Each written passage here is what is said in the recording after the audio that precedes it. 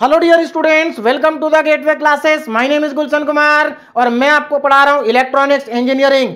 Electronics engineering में आज start करेंगे unit number 2 BJT and FET. पहले यूनिट नंबर 2 का सिलेबस डिस्कस कर लेते हैं, उसके बाद आज का टॉपिक स्टार्ट करेंगे। यूनिट नंबर 2 के अंदर दो टॉपिक है। फर्स्ट टॉपिक है bipolar junction transistor, short form BJT, और सेकंड टॉपिक है field effect transistor, short form FET. Unit number 2 को हम दो लेक्चर में कंप्लीट करेंगे। आज यूनिट नंबर 2 का लेक्चर नंबर 1 है और आज के लेक्चर में हम यूनिट 2 का फर्स्ट टॉपिक कंप्लीट करेंगे, बाइपोलर जंक्शन ट्रांजिस्टर। इसके बाद लेक्चर नंबर 2 में हम सेकंड टॉपिक कंप्लीट करेंगे, field effect transistor.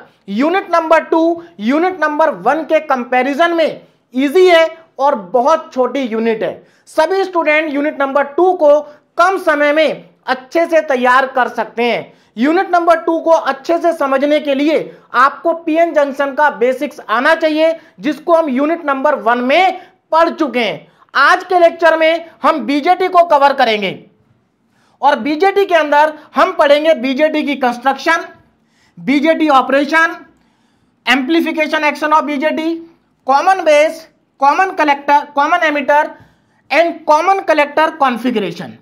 Unit number 2 के सिलेबस को देख करके आपको समझ में आ गया होगा कि इस पूरी यूनिट के अंदर हमें ट्रांजिस्टर पढ़ना है। तो सबसे पहले हमें यह पता होना चाहिए कि ट्रांजिस्टर क्या है और इलेक्ट्रॉनिक सर्किट में ट्रांजिस्टर का फंक्शन क्या है।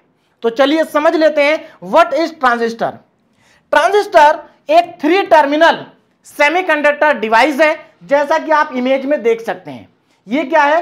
ट्रांजिस्टर है और यहां पर इसके अंदर 3 टर्मिनल है और ये एक सेमीकंडक्टर डिवाइस है। अब बात करते हैं इसके फंक्शन की कि इलेक्ट्रॉनिक सर्किट में ट्रांजिस्टर का फंक्शन क्या है। तो इसके दो इंपॉर्टेंट फंक्शन है। फर्स्ट फंक्शन है it is used for the amplification of weak signal, यानी कि वीक सिग्नल को एम्प्लीफाई करने के लिए हम ट्रांजिस्टर का यूज करते हैं। सेकेंड फंक्शन है it is used in switching operation, यानी कि स्विचिंग ऑपरेशन में भी ट्रांजिस्टर का यूज होता है। Transistor as a switch use होता है इलेक्ट्रॉनिक सर्किट में। अब थोड़ा सा और इसको डिटेल में अगर हम समझे तो देखिए, जो ट्रांजिस्टर है, ये जो ट्रांजिस्टर वर्ड है, ये 2 वर्ड से मिलकर के बना है। एक तो ट्रांसफर प्लस रजिस्टर। तो यहां से आपको यह समझ में आ जाएगा कि एक्चुअल में ट्रांजिस्टर के अंदर होता क्या है। तो ध्यान दीजिएगा, देखिए ट्रांजिस्टर के अंदर क्या होता है। तो ट्रांजिस्टर में जो हमारा सिग्नल होता है, ट्रांजिस्टर में जो हमारा सिग्नल होता है वो ट्रांसफर होता है from one type of register to another type of register. यानी कि ट्रांजिस्टर के अंदर सिग्नल ट्रांसफर होता है from one type of register to another type of register. तो मुझे लगता है अब आपको ट्रांजिस्टर की डेफिनेशन और ट्रांजिस्टर का फंक्शन समझ में आ गया होगा। अब हम यहां पर देखते हैं क्लासिफिकेशन ऑफ ट्रांजिस्टर। तो ध्यान दीजिएगा, क्लासिफिकेशन। तो देखिए, ट्रांजिस्टर की अगर हम बात करें तो ट्रांजिस्टर 2 टाइप के हैं, बीजेटी और एफईटी। और आपको मालूम है कि यही दोनों हमारे सिलेबस का पार्ट भी हैं, बीजेटी एंड एफईटी। तो ट्रांजिस्टर 2 टाइप के हैं हमारे सिलेबस के according, BJT and FET. BJT bipolar junction transistor, FET field effect transistor. अब पहले बीजेटी की बात करते हैं। बीजेटी फर्दर 2 पार्ट में क्लासिफाई होते हैं, यानी कि बीजेटी के अंदर 2 टाइप के ट्रांजिस्टर हैं, एक एनपीएन ट्रांजिस्टर और दूसरा पीएनपी ट्रांजिस्टर। और ये दोनों के दोनों ट्रांजिस्टर आज के लेक्चर में हम डिटेल में पढ़ेंगे। क्लियर है? अब आगे देखो ना, एफईटी की बात करते हैं। एफईटी को फर्दर हम 2 पार्ट में क्लासिफाई करते हैं, एक होता है जेफेट और दूसरा होता है मॉसफेट। अब जेफेट का मतलब क्या है? देखिए यहां पर जे का मतलब है junction, junction field effect transistor. अब यहां पर मॉसफेट का क्या मतलब है? Metal oxide semiconductor field effect transistor. इन सब की फुल फॉर्म मैंने यहां पर लिखी हुई है, बाकी जब हम इनको डिटेल में पढ़ेंगे तो वहां पर आपको ये सभी फुल फॉर्म आसानी से याद हो जाएंगी। अब आगे देखो, ये जो जेफेट है, जेफेट के अंदर भी 2 टाइप के ट्रांजिस्टर हैं, एन चैनल और पी चैनल। अब अगर मैं मॉसफेट की बात करूं तो मॉसफेट फर्दर दो पार्ट में क्लासिफाई होता है। एक है यहां पर डी मॉसफेट और दूसरा है ई मॉसफेट। अब यहां पर डी का मतलब क्या है? डी का मतलब है डिप्लीशन टाइप मॉसफेट और ई का मतलब है एनहांसमेंट टाइप मॉसफेट। और इनके अंदर भी फर्दर दो दो टाइप के ट्रांजिस्टर हैं, N channel, P channel, N channel, P channel. Unit number 2 के अंदर हमें जितने भी ट्रांजिस्टर आपको यहां पर दिखाई दे रहे हैं, इन सभी ट्रांजिस्टर को पढ़ना है। और ट्रांजिस्टर में हमें पढ़ना क्या है उसको भी समझ लेते हैं। देखिए जितने भी ट्रांजिस्टर है, एक तो हमें इनकी सबकी कंस्ट्रक्शन पढ़नी है, दूसरा इनकी वर्किंग पढ़नी है, और तीसरा जो कि बहुत इंपॉर्टेंट है, इन सभी की हमें वीआई कैरेक्टरिस्टिक्स पढ़नी है, जो कि बहुत ज्यादा इंपॉर्टेंट है। तो यहां पर जितने भी ट्रांजिस्टर है हम सभी को 1 बाय 1 पढ़ेंगे, इनकी कंस्ट्रक्शन भी पढ़ेंगे, इनकी वर्किंग भी पढ़ेंगे और इनकी वीआई कैरेक्टरिस्टिक्स भी पढ़ेंगे। आज के लेक्चर में, आज हमारा यूनिट 2 का लेक्चर नंबर 1 है और आज के लेक्चर में हम ये वाला पार्ट कवर करेंगे। लेक्चर नंबर 2 में हम ये पूरा पार्ट कवर करेंगे। और जैसा कि मैं आपको बता चुका हूं, यूनिट नंबर 2 इजी है और बहुत छोटी यूनिट है। यहां पर बहुत ज्यादा न्यूमेरिकल नहीं है, केवल हम बीजेटी के न्यूमेरिकल करेंगे। यहां से जनरली कभी न्यूमेरिकल पूछा नहीं जाता। न्यूमेरिकल अगर आपसे पूछा जाएगा तो वो यहां से पूछा जाएगा। बात समझ में आ रही? बाकी आपको कंस्ट्रक्शन, वर्किंग और वीआई कैरेक्टरिस्टिक्स ये किसी भी ट्रांजिस्टर की आ सकती है। तो चलिए स्टार्ट करते हैं अपना आज का टॉपिक, बीजेटी। अब यहां पर टॉपिक को स्टार्ट करने से पहले एक और इंपॉर्टेंट चीज मैं आपको बता दूं कि ये जो बाइपोलर जंक्शन ट्रांजिस्टर है बीजेटी, इसको आप बीजेटी बोले या केवल ट्रांजिस्टर बोले, बात एक ही है। मेरी बात को ध्यान से समझिए। बीजेटी को हम केवल ट्रांजिस्टर भी कह सकते हैं, यानी कि अगर मैं कहीं पर बोल रहा हूं ट्रांजिस्टर तो इसका मतलब मैं बीजेटी की बात कर रहा हूं। क्लियर है? अगर मैं कहीं पर ट्रांजिस्टर बोल रहा हूं तो मैं बीजेटी की बात कर रहा हूं, क्योंकि जब मैं एफईटी की बात करूंगा तो मुझे वहां पर पूरा बोलना पड़ेगा एफईटी। लेकिन बीजेटी के केस में हम ट्रांजिस्टर कह सकते हैं। तो जो बीजेटी होता है वो हमारा सिंपल ट्रांजिस्टर है और बीजेटी ना बोल करके हम केवल ट्रांजिस्टर भी बोल सकते हैं। तो इसीलिए मैंने यहां पर ऑब्लिक करके लिखा है ट्रांजिस्टर। बात समझ में आ रही है? चलिए नाउ व्हाट इज बीजेटी। तो सबसे पहले समझ लेते हैं कि बीजेटी क्या है, बाइपोलर जंक्शन ट्रांजिस्टर। क्लियर है? अब देखो, ये जो बीजेटी होता है ये एक सेमीकंडक्टर डिवाइस है, क्योंकि ट्रांजिस्टर क्या है, एक सेमीकंडक्टर डिवाइस है। और बीजेटी जो होता है ये सेमीकंडक्टर डिवाइस है और ये 2 पीएन जंक्शन, यानी कि कंसिस्ट ऑफ 2 पीएन जंक्शन। इसका मतलब ये है कि जो बीजेटी है वो 2 पीएन जंक्शन से बना हुआ है। अब कैसे बना हुआ है, अब यहां पर जरा ध्यान दीजिएगा। मान लीजिए मेरे पास, देखिए पीएन जंक्शन, हमें 2 पीएन जंक्शन बनाने हैं और हम यूनिट नंबर 1 में पढ़ चुके हैं पीएन जंक्शन कब बनता है। भाई मान लीजिए हमारे पास एक पी टाइप का मटेरियल है, ये पी टाइप का सेमीकंडक्टर है और ये एन टाइप का सेमीकंडक्टर है। तो जिस पॉइंट पर ये दोनों ज्वाइन हो रहे हैं वो होता है हमारा पीएन जंक्शन। वो क्या कहलाता है? PN junction. ये पी टाइप का सेमीकंडक्टर है, ये एन टाइप का सेमीकंडक्टर है और इनके बीच का जो जंक्शन होगा उसको हम कहते हैं पीएन जंक्शन। और हमारा जो बीजेटी होता है बाइपोलर जंक्शन ट्रांजिस्टर, ये 2 जंक्शन से मिलकर बनता है। तो अब जरा ध्यान दीजिए, मान लीजिए ये वाला पार्ट पी टाइप मटेरियल है, ये क्या हमारा पी टाइप का सेमीकंडक्टर है और ये हमारा एन टाइप का सेमीकंडक्टर है और यहां पर ये दोनों ज्वाइन हो रहे हैं। इसका मतलब ये क्या हो गया, पीएन जंक्शन हो गया। तो मान लेते हैं ये हमारा जंक्शन हो गया J1, लेकिन जो बीजेटी है वो 2 पीएन जंक्शन से बनता है। तो अभी हमें एक पीएन जंक्शन और चाहिए, तो एक और चाहिए, तो उसको कैसे बनाएंगे? अब जरा ध्यान दो, अगर हम इसमें लास्ट में, अगर हम इसमें एक सेमीकंडक्टर को और ऐड कर दें, एक सेमीकंडक्टर को और ऐड कर दें, देखो ये पी है, ये एन है, ध्यान देना, ये हमारा क्या है, एन। तो एक पीएन जंक्शन तो ये आ गया। अगर मैं यहां पर इसको P यानी कि एक P टाइप का सेमीकंडक्टर और ले लूं और इसके साथ ऐड कर दूं, तो अब आप ध्यान देंगे एक पीएन जंक्शन यहां पर भी मिल गया, हमें 2 पीएन जंक्शन हो गए। तो अब आप देख सकते हैं यहां पर 2 पीएन जंक्शन है, एक J1 और एक J2। क्लियर है? और जो हमारा बाइपोलर जंक्शन ट्रांजिस्टर होता है, ये जो ट्रांजिस्टर है ये सेमीकंडक्टर डिवाइस है जिसमें 2 पीएन जंक्शन होते हैं। तो देखो 2 पीएन जंक्शन आ गए, इसका मतलब ये हमारा क्या है, बीजेटी। तो बीजेटी कोई कॉम्प्लिकेटेड डिवाइस नहीं है, ये बहुत सिंपल डिवाइस है।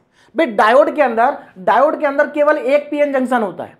बीजेटी के अंदर 2 पीएन जंक्शन है और ये ट्रांजिस्टर है। कौन सा ट्रांजिस्टर है? Bipolar junction transistor. लेकिन इस ट्रांजिस्टर को बनाने के हमारे पास 2 तरीके हैं। एक तरीका तो ये हो गया, दूसरा तरीका भी है। और कैसे बना सकते हैं? देखो, अब मान लीजिए यहां पर मैंने इसको पहले पी लिया था, अब मैं इसको एन ले लेता हूं।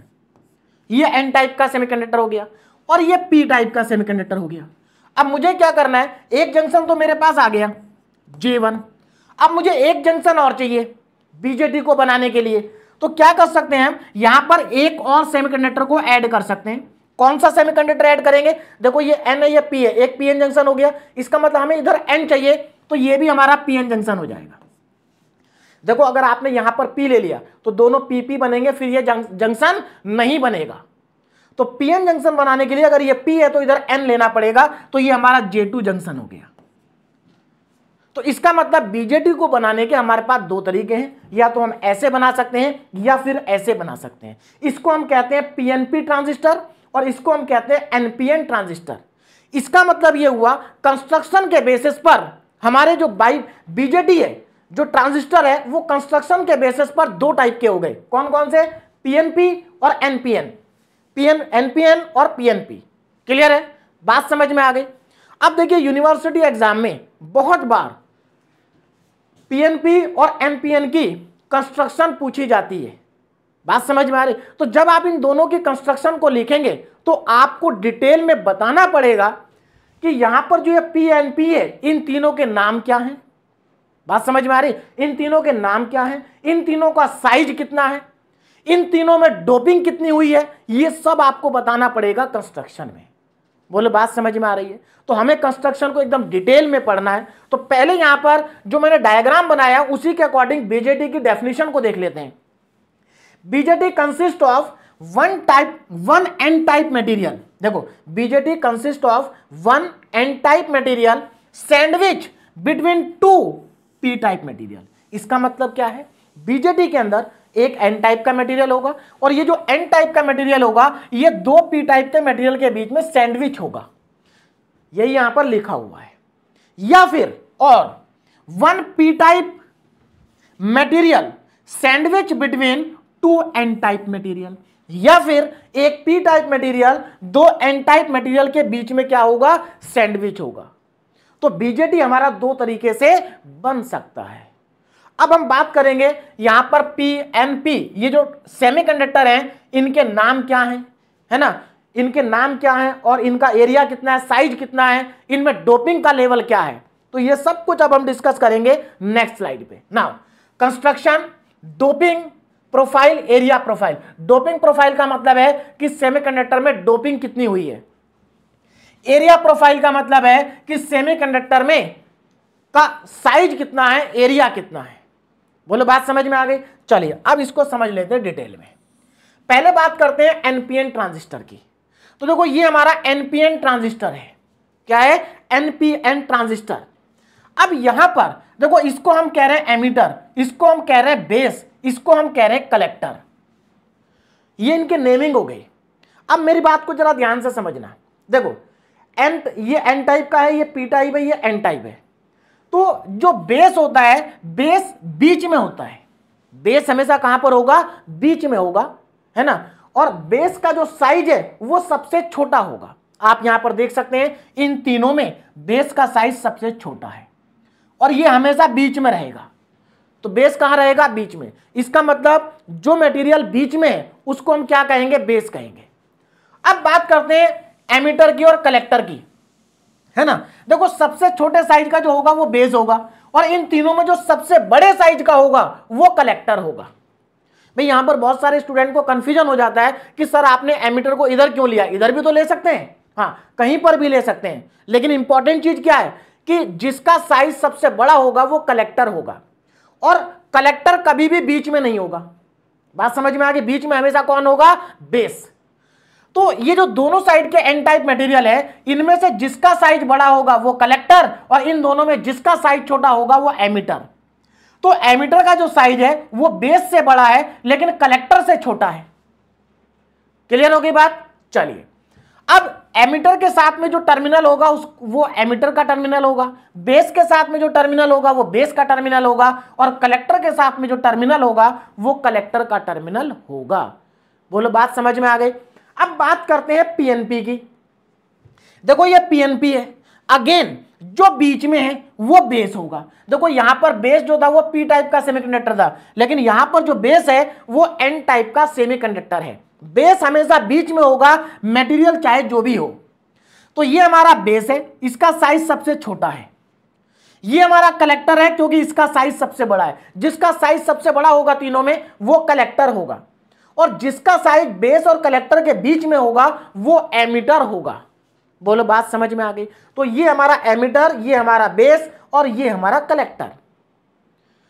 तो यहां पर तीनों आपको समझ में आ गए। एमीटर के साथ जो टर्मिनल होगा वो एमीटर का टर्मिनल होगा, ये बेस का टर्मिनल है, ये कलेक्टर का टर्मिनल है। क्लियर हो गई बात। अब यहां पर पीएनपी की जो डेफिनेशन लिखी है वो आपको क्लियरली समझ में आ जाएगी।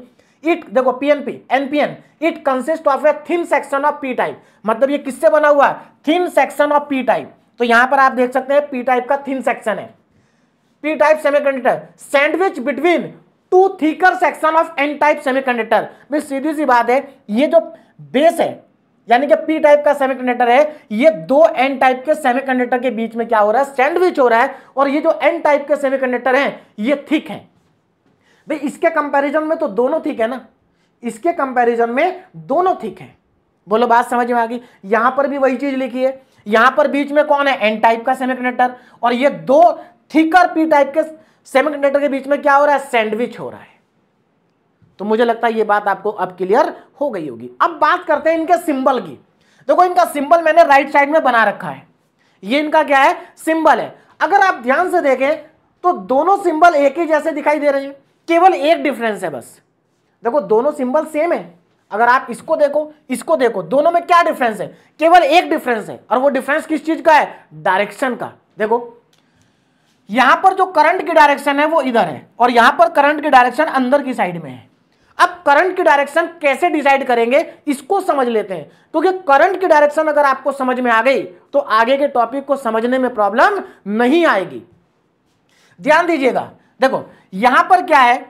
सबसे पहले तो ये हमारा एनपीएन ट्रांजिस्टर है, तो सीधी सी बात है एनपीएन है, ये एनपीएन।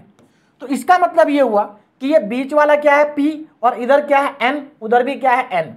भाई बीच में पी है, इधर एन है, उधर भी एन है। आप इसको ऐसा समझ सकते हैं, समझने के लिए देखिए ध्यान दीजिएगा। यहां पर ये हमारा क्या है? पी टाइप सेमीकंडक्टर, ये क्या है? एन टाइप, ये भी क्या है? N type.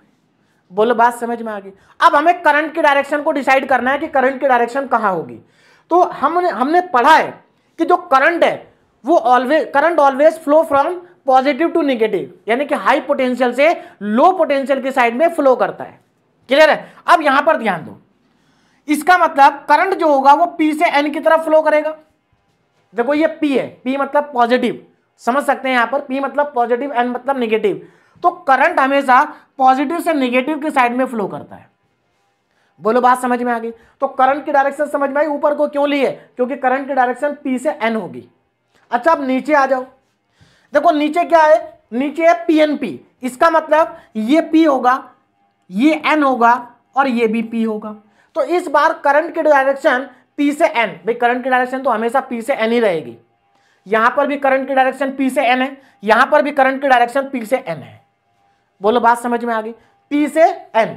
तो अब आपको दोनों में डिफरेंस समझ में आ गया होगा। केवल करंट की डायरेक्शन में डिफरेंस है, बाकी कुछ भी डिफरेंस नहीं है। लेकिन यहां पर एक और इंपॉर्टेंट चीज मैं आपको बता रहा हूं, उसको भी समझना जरूरी है। ध्यान दीजिएगा, इंपॉर्टेंट चीज क्या है? देखो करंट की डायरेक्शन हम इधर भी तो शो कर सकते थे, इधर भी शो कर सकते थे, लेकिन हमने करंट की डायरेक्शन को एमीटर वाले टर्मिनल पर ही शो किया है, कलेक्टर वाले पर नहीं किया। तो हमेशा मेरी बात को ध्यान रखना कि करंट की डायरेक्शन हमेशा जब आप सिंबल बनाएंगे तो एमीटर वाले टर्मिनल पर ही शो करनी है। अगर आपने कलेक्टर वाले टर्मिनल पे शो कर दी डायरेक्शन तो आपकी करंट की डायरेक्शन गलत हो जाएगी। बात समझ में आ रही? मतलब अगर मैं देखो ये पी है, ये एन है, तो मैं करंट की डायरेक्शन अगर ऐसे शो कर देता हूं तो गलत हो जाएगा। करंट की डायरेक्शन हमेशा एमीटर वाले टर्मिनल पे शो करनी है, और P से N की तरफ शो करनी है, P से N की तरफ शो करनी है। ये P से N, ये आपका P है, ये N है, तो P से N की साइड में है और एमीटर वाले टर्मिनल पर है। P से N साइड में है और N वाले E वाले टर्मिनल पर है ना, एमीटर के टर्मिनल पर डायरेक्शन है। तो मुझे लगता है आपको दोनों सिंबल भी समझ में आ गए होंगे ना। अब बात करते हैं डोपिंग की। भाई एरिया तो हमें समझ में आ गया। देखो एरिया सबसे ज्यादा किसका होगा, एरिया की अगर मैं बात करूं तो कलेक्टर का एरिया सबसे ज्यादा है। भाई कलेक्टर का एरिया सबसे ज्यादा है, उसके बाद एमीटर का एरिया है और सबसे कम एरिया होगा बेस का। बोलो बात समझ में आ रही, कलेक्टर का एरिया सबसे ज्यादा होगा क्योंकि इसका साइज बड़ा है, एमीटर का इससे छोटा कम एमीटर का होगा और सबसे कम बेस का होगा। चाहे वो एनपीएन हो या पीएनपी हो, दोनों में यही रहेगा। क्लियर है। अब बात करते हैं डोपिंग प्रोफाइल की।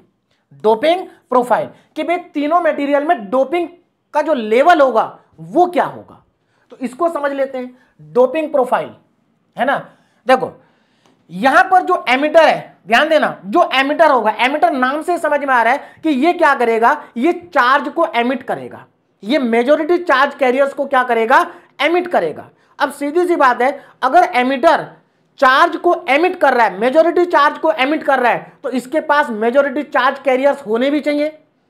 तो इसका मतलब ये हुआ जो हमारा एमिटर है वो हैवीली डोप्ड होगा, उसमें हाई लेवल की डोपिंग होगी। तो सबसे ज्यादा डोपिंग किसकी होगी, एमिटर की, सबसे ज्यादा। बात समझ में आ रही है। उसके बाद अगर मैं बात करूं बेस की, तो ये जो बेस है, बेस चार्ज कैरियर्स को सप्लाई नहीं करता, एमिट नहीं करता है। बात समझ में आ रही। बेस का काम क्या है, बेस का काम है कि जो चार्ज कैरियर को एमिटर एमिट करेगा उनको डायरेक्शन प्रोवाइड करना है, बेस का काम। बात समझ में आ रही, यानी कि ये फ्लो करने में हेल्प करता है। तो जो बेस होता है वो लाइटली डोप्ड होता है, यानी कि बेस में जो डोपिंग होती है वो बहुत कम लेवल की होती है। तो यहां से आपको एक चीज समझ में आ गई होगी कि जो बेस है उसका साइज भी सबसे कम है और उसके अंदर डोपिंग का लेवल भी सबसे कम है। सबसे कम डोपिंग की जाती है बेस में। अब बात करते हैं कलेक्टर की।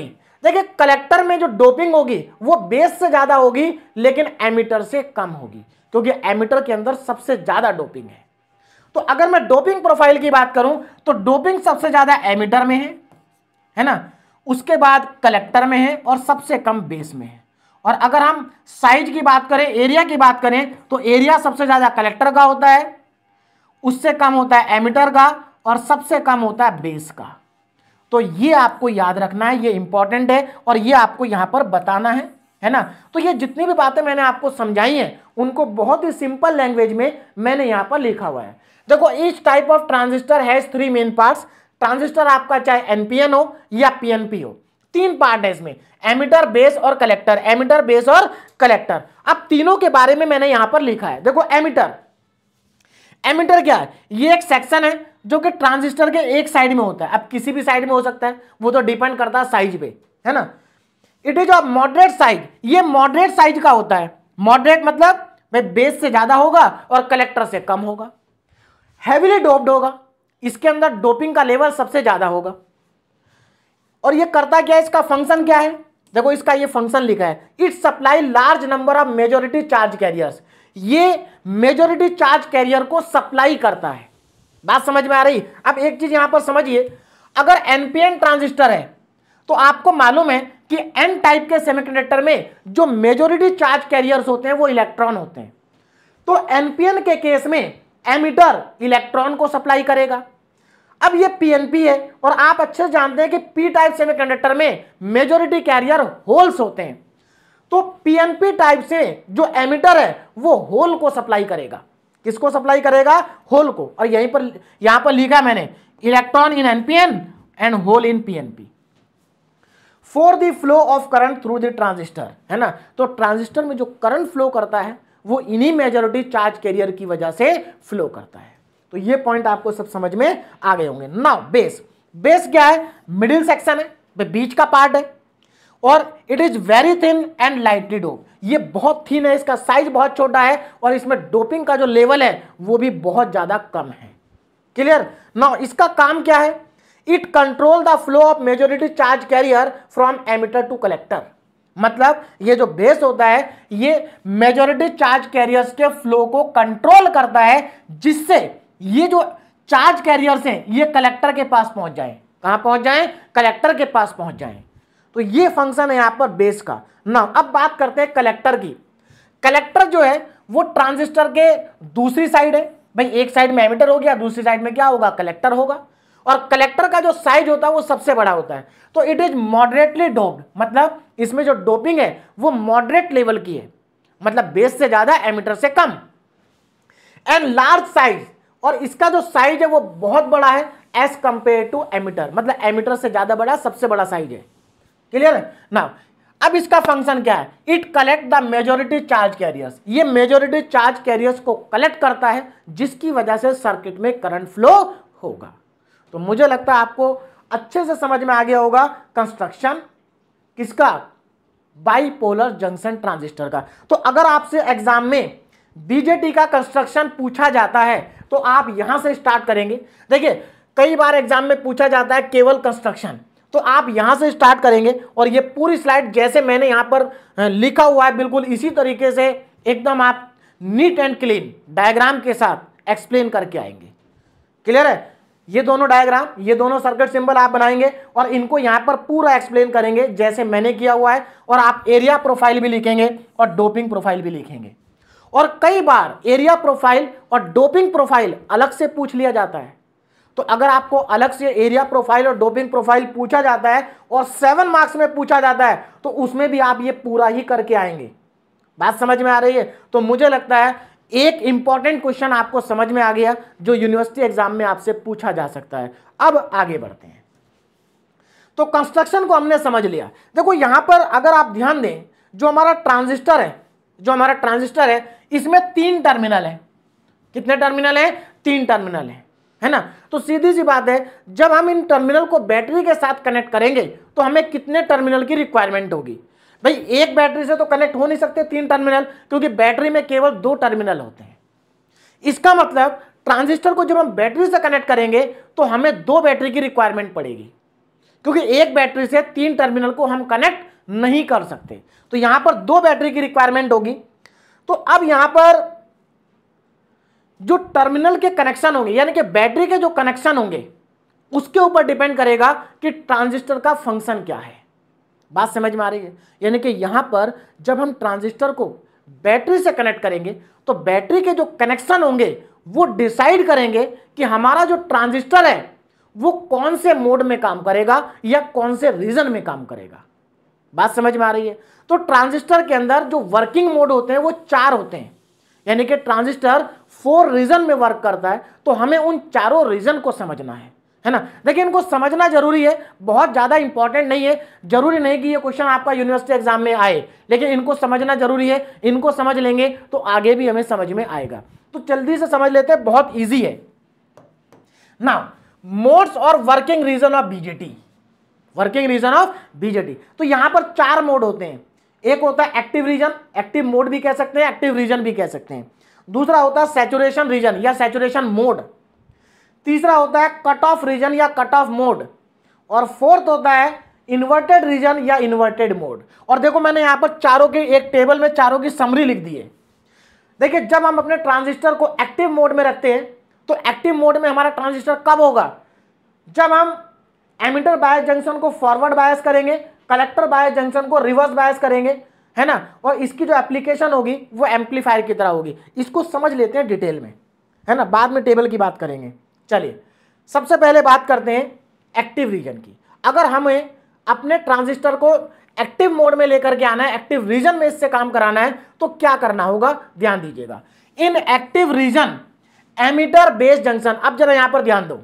देखो ये एनपीएन ट्रांजिस्टर है, ये इसका एमिटर वाला टर्मिनल है और ये इसका बेस वाला टर्मिनल है। तो अगर हम इन दोनों टर्मिनल को बैटरी से कनेक्ट कर दें, और कैसे कनेक्ट करना है ध्यान दें। देखो ये एमिटर है और ये बेस है, तो इन active reason emitter base junction, ये वाला हमारा एमिटर बेस जंक्शन है।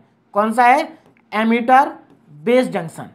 तो अगर हम एमिटर बेस जंक्शन को फॉरवर्ड बायस कर दें, अब जरा ध्यान देना, ये एनपी जंक्शन जो है, ये जो जंक्शन है हमारा, ये फॉरवर्ड बायस में कब होगा? बहुत सिंपल है। भाई ये एन टाइप का है, अगर हम एन टाइप को बैटरी के निगेटिव टर्मिनल से कनेक्ट कर दें और पी टाइप को पॉजिटिव टर्मिनल से कनेक्ट कर दें तो हमारा ये जो जंक्शन है ये फॉरवर्ड बायस हो जाएगा। तो एक्टिव रीजन में एमिटर बायस जंक्शन फॉरवर्ड होता है और कलेक्टर बायस जंक्शन, देखो ये आपका कलेक्टर है और ये आपका बेस है, बेस कॉमन है दोनों में, है ना। तो ये कलेक्टर है और ये आपका बेस है। तो क्या कहा गया कि अगर हम कलेक्टर बेस जंक्शन को रिवर्स बायस कर दें तो ये रिवर्स बायस कैसे होगा, देखो ये एन टाइप है, अगर हम इसको पॉजिटिव से कनेक्ट कर देंगे, पॉजिटिव से, और पी टाइप को निगेटिव से कनेक्ट कर देंगे तो ये वाला पार्ट रिवर्स बायस हो गया। तो आप यहां पर देख सकते हैं दो जंक्शन है, ये आपका एमिटर बेस जंक्शन हो गया और ये आपका कलेक्टर बेस जंक्शन हो गया, है ना। इसको हमने कर दिया फॉरवर्ड बायस, इसको हमने कर दिया रिवर्स बायस। तो जब हम इसको फॉरवर्ड करेंगे और इसको रिवर्स करेंगे तो हमारा जो ट्रांजिस्टर है वो एक्टिव रीजन में वर्क करेगा। किसमें वर्क करेगा, एक्टिव रीजन में वर्क करेगा। आगे इसकी हम वर्किंग देखेंगे डिटेल में। Now in this region transistor work as an amplifier, और इस रीजन में जो हमारा ट्रांजिस्टर होता है वो एम्पलीफायर की तरह काम करता है। बात समझ में आ रही। देखिए यहां पर इंपॉर्टेंट चीज ये है कि जो बैटरी के टर्मिनल्स हैं, है ना, जब हम उनको कनेक्ट करते हैं तो उससे डिसाइड होता है कि हमारा जो ट्रांजिस्टर है वो एम्पलीफायर की तरह काम करेगा या स्विच की तरह काम करेगा। तो अगर हम एमिटर बायस जंक्शन को फॉरवर्ड कर दें और कलेक्टर बायस जंक्शन को रिवर्स बायस कर दें तो हमारा जो ट्रांजिस्टर है ये एम्पलीफायर की तरह काम करेगा, वीक सिग्नल को एम्पलीफाई करेगा। बोलो बात समझ में आ गई, आगे बढ़ते हैं। अच्छा एक और चीज, ये एनपीएन का डायग्राम बनाया मैंने और सेम डायग्राम मैंने पीएनपी के लिए भी बनाया। भाई दोनों है ना, हम दोनों के लिए बना सकते हैं। तो यहां पर देखो क्या होगा, यहां पर ये हमारा एमिटर बेस जंक्शन है, एमिटर बेस जंक्शन, और ये हमारा कलेक्टर बेस जंक्शन है। भाई एमिटर है, बेस है, कलेक्टर है। बोलो बात समझ में आ रही है। तो देखो एमिटर बेस जंक्शन को हमें यहां पर फॉरवर्ड बायस में करना है। तो सीधी सी बात है, देखो यहां पर ये एन था तो हमने निगेटिव से कनेक्ट किया था, ये पी है तो इसको पॉजिटिव से कनेक्ट करेंगे और इसको नेगेटिव से करेंगे तो ये फॉरवर्ड बायस हो गया। तो इस देखो एनपीएन हो या पीएनपी हो उससे मतलब नहीं है, बस आपको क्या करना है कि जो एमिटर बेस जंक्शन है उसको फॉरवर्ड बायस करना है और जो आपका कलेक्टर बेस जंक्शन है उसको रिवर्स बायस करना है। बस आपको ये करना है, बाकी कोई फर्क नहीं पड़ता है कि ट्रांजिस्टर कौन सा है। तो मुझे लगता है आपको समझ में आ गया होगा कि बैटरी के कनेक्शन कैसे करने हैं, इसको फॉरवर्ड बायस, इसको रिवर्स बायस, इसको फॉरवर्ड बायस, इसको रिवर्स बायस। क्लियर है, आगे बढ़ते हैं। ना सैचुरेशन रीजन, अब इस रीजन में क्या होगा, बस कनेक्शन बदलेंगे। देखो सैचुरेशन रीजन में क्या होता है, in the region emitter base junction and collector base junction are forward bias. मतलब सैचुरेशन रीजन में हमारे दोनों के दोनों जंक्शन फॉरवर्ड बायस होंगे, ये भी फॉरवर्ड होगा, ये भी फॉरवर्ड होगा। तो ये तो फॉरवर्ड हमें पता है कैसे होना है, इसको भी फॉरवर्ड करना है। तो सीधी सी बात है, बैटरी की पोलैरिटी चेंज कर दो, इधर नेगेटिव इधर पॉजिटिव कर दो तो ये भी फॉरवर्ड हो जाएगा और ये तो फॉरवर्ड है ही। डायग्राम यहां पर देख सकते हैं, देखो ये एन है, एन से कनेक्ट कर दिया, इसका मतलब ये फॉरवर्ड हो गया। इधर देखो ये एन है, इसको भी नेगेटिव से कनेक्ट कर दिया, ये भी फॉरवर्ड हो गया, दोनों फॉरवर्ड है। यहां पर भी दोनों फॉरवर्ड है। देखो पी को पॉजिटिव से कनेक्ट कर दिया, पी को पॉजिटिव से कनेक्ट कर दिया, इसका मतलब ये भी फॉरवर्ड, ये भी फॉरवर्ड बायस। तो अगर हम दोनों जंक्शन को फॉरवर्ड बायस कर दें तो हमारा जो ट्रांजिस्टर होता है वो क्लोज स्विच की तरह काम करता है, यानी कि स्विच की तरह काम करता है। और कैसे स्विच की तरह काम करता है, क्लोज स्विच, क्लोज्ड स्विच। आगे बढ़ते हैं। नाउ कट ऑफ रीजन, देखिए इस रीजन में क्या होगा, हमारे दोनों के दोनों जो जंक्शन है दोनों को रिवर्स बायस करना होगा, दोनों को क्या करना होगा, रिवर्स बायस। तो सीधी सी बात है, इसको भी रिवर्स बायस करना है तो ये एन टाइप है, बैटरी के पॉजिटिव से कनेक्ट कर दो। ये एन टाइप है, इसको भी बैटरी के पॉजिटिव से कनेक्ट कर दो। भाई इधर पॉजिटिव है, ये नेगेटिव है, ये नेगेटिव है, ये पॉजिटिव है। अब आप देख सकते हैं ये भी फॉरवर्ड बायस, ये भी फॉरवर्ड बायस। अब यहां पर ये पी है, सॉरी रिवर्स करना था ना मैं, हाँ रिवर्स, ये भी रिवर्स, ये भी रिवर्स। अब यहां पर देखो ये पी टाइप है, निगेटिव से कनेक्ट कर दिया रिवर्स, पी टाइप है, निगेटिव से कनेक्ट कर दिया रिवर्स, तो ये निगेटिव पॉजिटिव है ना, तो दोनों रिवर्स बायस हो गए। तो ये किस तरह से काम करेगा, ओपन स्विच की तरह काम करेगा। देखो in this region transistor work as an open switch, तो यहां पर हमारा जो ट्रांजिस्टर है वो ओपन स्विच की तरह काम करेगा। क्लियर है, आगे बढ़ते हैं। ना इन्वर्टेड रीजन, इन्वर्टेड रीजन, अब यहां पर देखो ये उल्टा हो गया एकदम, जो हमारा पहला वाला केस था ना उससे एकदम अपोजिट हो गया, जहां पर हमारा ट्रांजिस्टर एम्पलीफायर की तरह काम कर रहा था, लेकिन यहां पर हमारा ट्रांजिस्टर एम्पलीफायर की तरह काम नहीं करेगा, ये करेगा परफॉर्मेंस डिग्रेडेशन। यानी कि जो हमारा सिग्नल था वहां पर ये वीक सिग्नल को स्ट्रांग बना रहा था, लेकिन यहां पर ये स्ट्रांग सिग्नल को वीक बनाएगा, मतलब उल्टा हो जाएगा इसका काम। देखो in this region emitter based junction is reverse bias. देखो इसमें क्या होगा, जो एमिटर बेस्ड जंक्शन होगा वो रिवर्स बायस होगा। क्या होगा, रिवर्स बायस। आप देख सकते हैं एन को पी से कनेक्ट किया है पॉजिटिव से, तो रिवर्स बायस। यहां पर भी हाँ ये फॉरवर्ड बायस होगा, पहला वाला रिवर्स होगा, ये वाला फॉरवर्ड होगा, उल्टा हो गया। एम्पलीफायर से क्या हो गया, अपोजिट हो गया, ये रिवर्स ये फॉरवर्ड। तो यहां पर देखो एन से निगेटिव, एन को निगेटिव से कनेक्ट किया है, इसका मतलब ये फॉरवर्ड बायस ये रिवर्स बायस। यहां पर भी आप इसको देखो ये रिवर्स है और ये आपका देखो यहां पर P को निगेटिव से कनेक्ट किया है। एक मिनट, यहां पर पोलैरिटी में थोड़ा ठीक कर दूं। यहां पर हमारा emitter based junction reverse bias है, ये हमारा एमिटर बेस्ड जंक्शन है और ये हमारा रिवर्स बायस है, P को निगेटिव से कनेक्ट किया ना। और दूसरा वाला collector based junction is forward bias, ये हमारा फॉरवर्ड होना चाहिए, लेकिन यहां पर थोड़ा सा गलत है, ये फॉरवर्ड नहीं है, क्योंकि यहां पर P को पॉजिटिव से कनेक्ट करना है, तो इसमें थोड़ा चेंज करना पड़ेगा, इसको इधर करना पड़ेगा और इसको इधर करना पड़ेगा। बोलो बात समझ में आ रही है, क्लियर है? क्योंकि इसको हमें करना है फॉरवर्ड, ये लीजिए हो गया फॉरवर्ड, है ना। P को पॉजिटिव से कनेक्ट कर दिया फॉरवर्ड और यहां पर हमारा ये रिवर्स, तो ये हमारा हो गया इन्वर्टेड रीजन। अब ये मैंने जो भी चीजें आपको बताई हैं यहां पर पूरा देखो टेबल में बना दिया। एक्टिव रीजन में एमिटर बेस्ड जंक्शन फॉरवर्ड होता है, कलेक्टर बेस्ड जंक्शन रिवर्स होता है और हमारा ट्रांजिस्टर एम्पलीफायर की तरह काम करता है, क्लियर है। उसके बाद सैचुरेशन मोड में एमिटर बायस जंक्शन फॉरवर्ड होता है, कलेक्टर बायस जंक्शन भी फॉरवर्ड होता है और एप्लीकेशन किस तरह से है, क्लोज स्विच की तरह, मतलब ऑन होगा हमारा स्विच। तो इस टेबल को देख करके आपको पूरा आइडिया हो जाएगा कि हमारा जो ट्रांजिस्टर है वो कब एम्पलीफायर की तरह काम करेगा, कब वो स्विच की तरह काम करेगा, क्लियर है ना। आगे बढ़ते हैं। अब नेक्स्ट जो हमारा टॉपिक है वो बहुत इंपॉर्टेंट है ना, क्योंकि यहां पर हम ट्रांजिस्टर की वर्किंग पढ़ने जा रहे हैं। अगर आपसे एग्जाम में ट्रांजिस्टर की वर्किंग पूछी जाती है तो आपको एनपीएन और पीएनपी ट्रांजिस्टर की वर्किंग को एक्सप्लेन करना है। बात समझ में आ गई? चलिए ना, operation of NPN transistor in active reason. एक और इंपॉर्टेंट चीज, जो हम वर्किंग को एक्सप्लेन करेंगे एनपीएन ट्रांजिस्टर की या फिर पीएनपी ट्रांजिस्टर की, उसको एक्टिव रीजन में एक्सप्लेन करेंगे। और एक्टिव रीजन का मतलब है कि emitter based junction forward bias होगा और collector based junction reverse bias होगा, क्लियर है। चलिए ना, अब पहले हम एनपीएन की वर्किंग को पढ़ेंगे। देखो वर्किंग भी लिखा आ सकता है एग्जाम में और ऑपरेशन भी लिखा हुआ आ सकता है। ऑपरेशन ऑफ एनपीएन ट्रांजिस्टर लिखा हुआ है या फिर वर्किंग ऑफ एनपीएन ट्रांजिस्टर आए, बात एक ही है। अब एक्टिव रीजन हो सकता है लिख करके आए, हो सकता है एक्टिव रीजन एग्जाम में लिख करके ना आए। तो एक्टिव रीजन लिखा हो या ना लिखा हो, आपको वर्किंग को एक्टिव रीजन में ही एक्सप्लेन करना है। बोलो बात समझ में आ गई? एक और इंपॉर्टेंट चीज, मैं आपको एनपीएन ट्रांजिस्टर की वर्किंग को डिटेल में समझाने जा रहा हूं। इसके बाद देखो आगे पीएनपी ट्रांजिस्टर की वर्किंग को भी मैंने यहां पर डिटेल में एक्सप्लेन किया हुआ है, लेकिन दोनों में कोई डिफरेंस नहीं है। मैं आपको बता देता हूं दोनों में डिफरेंस क्या होगा।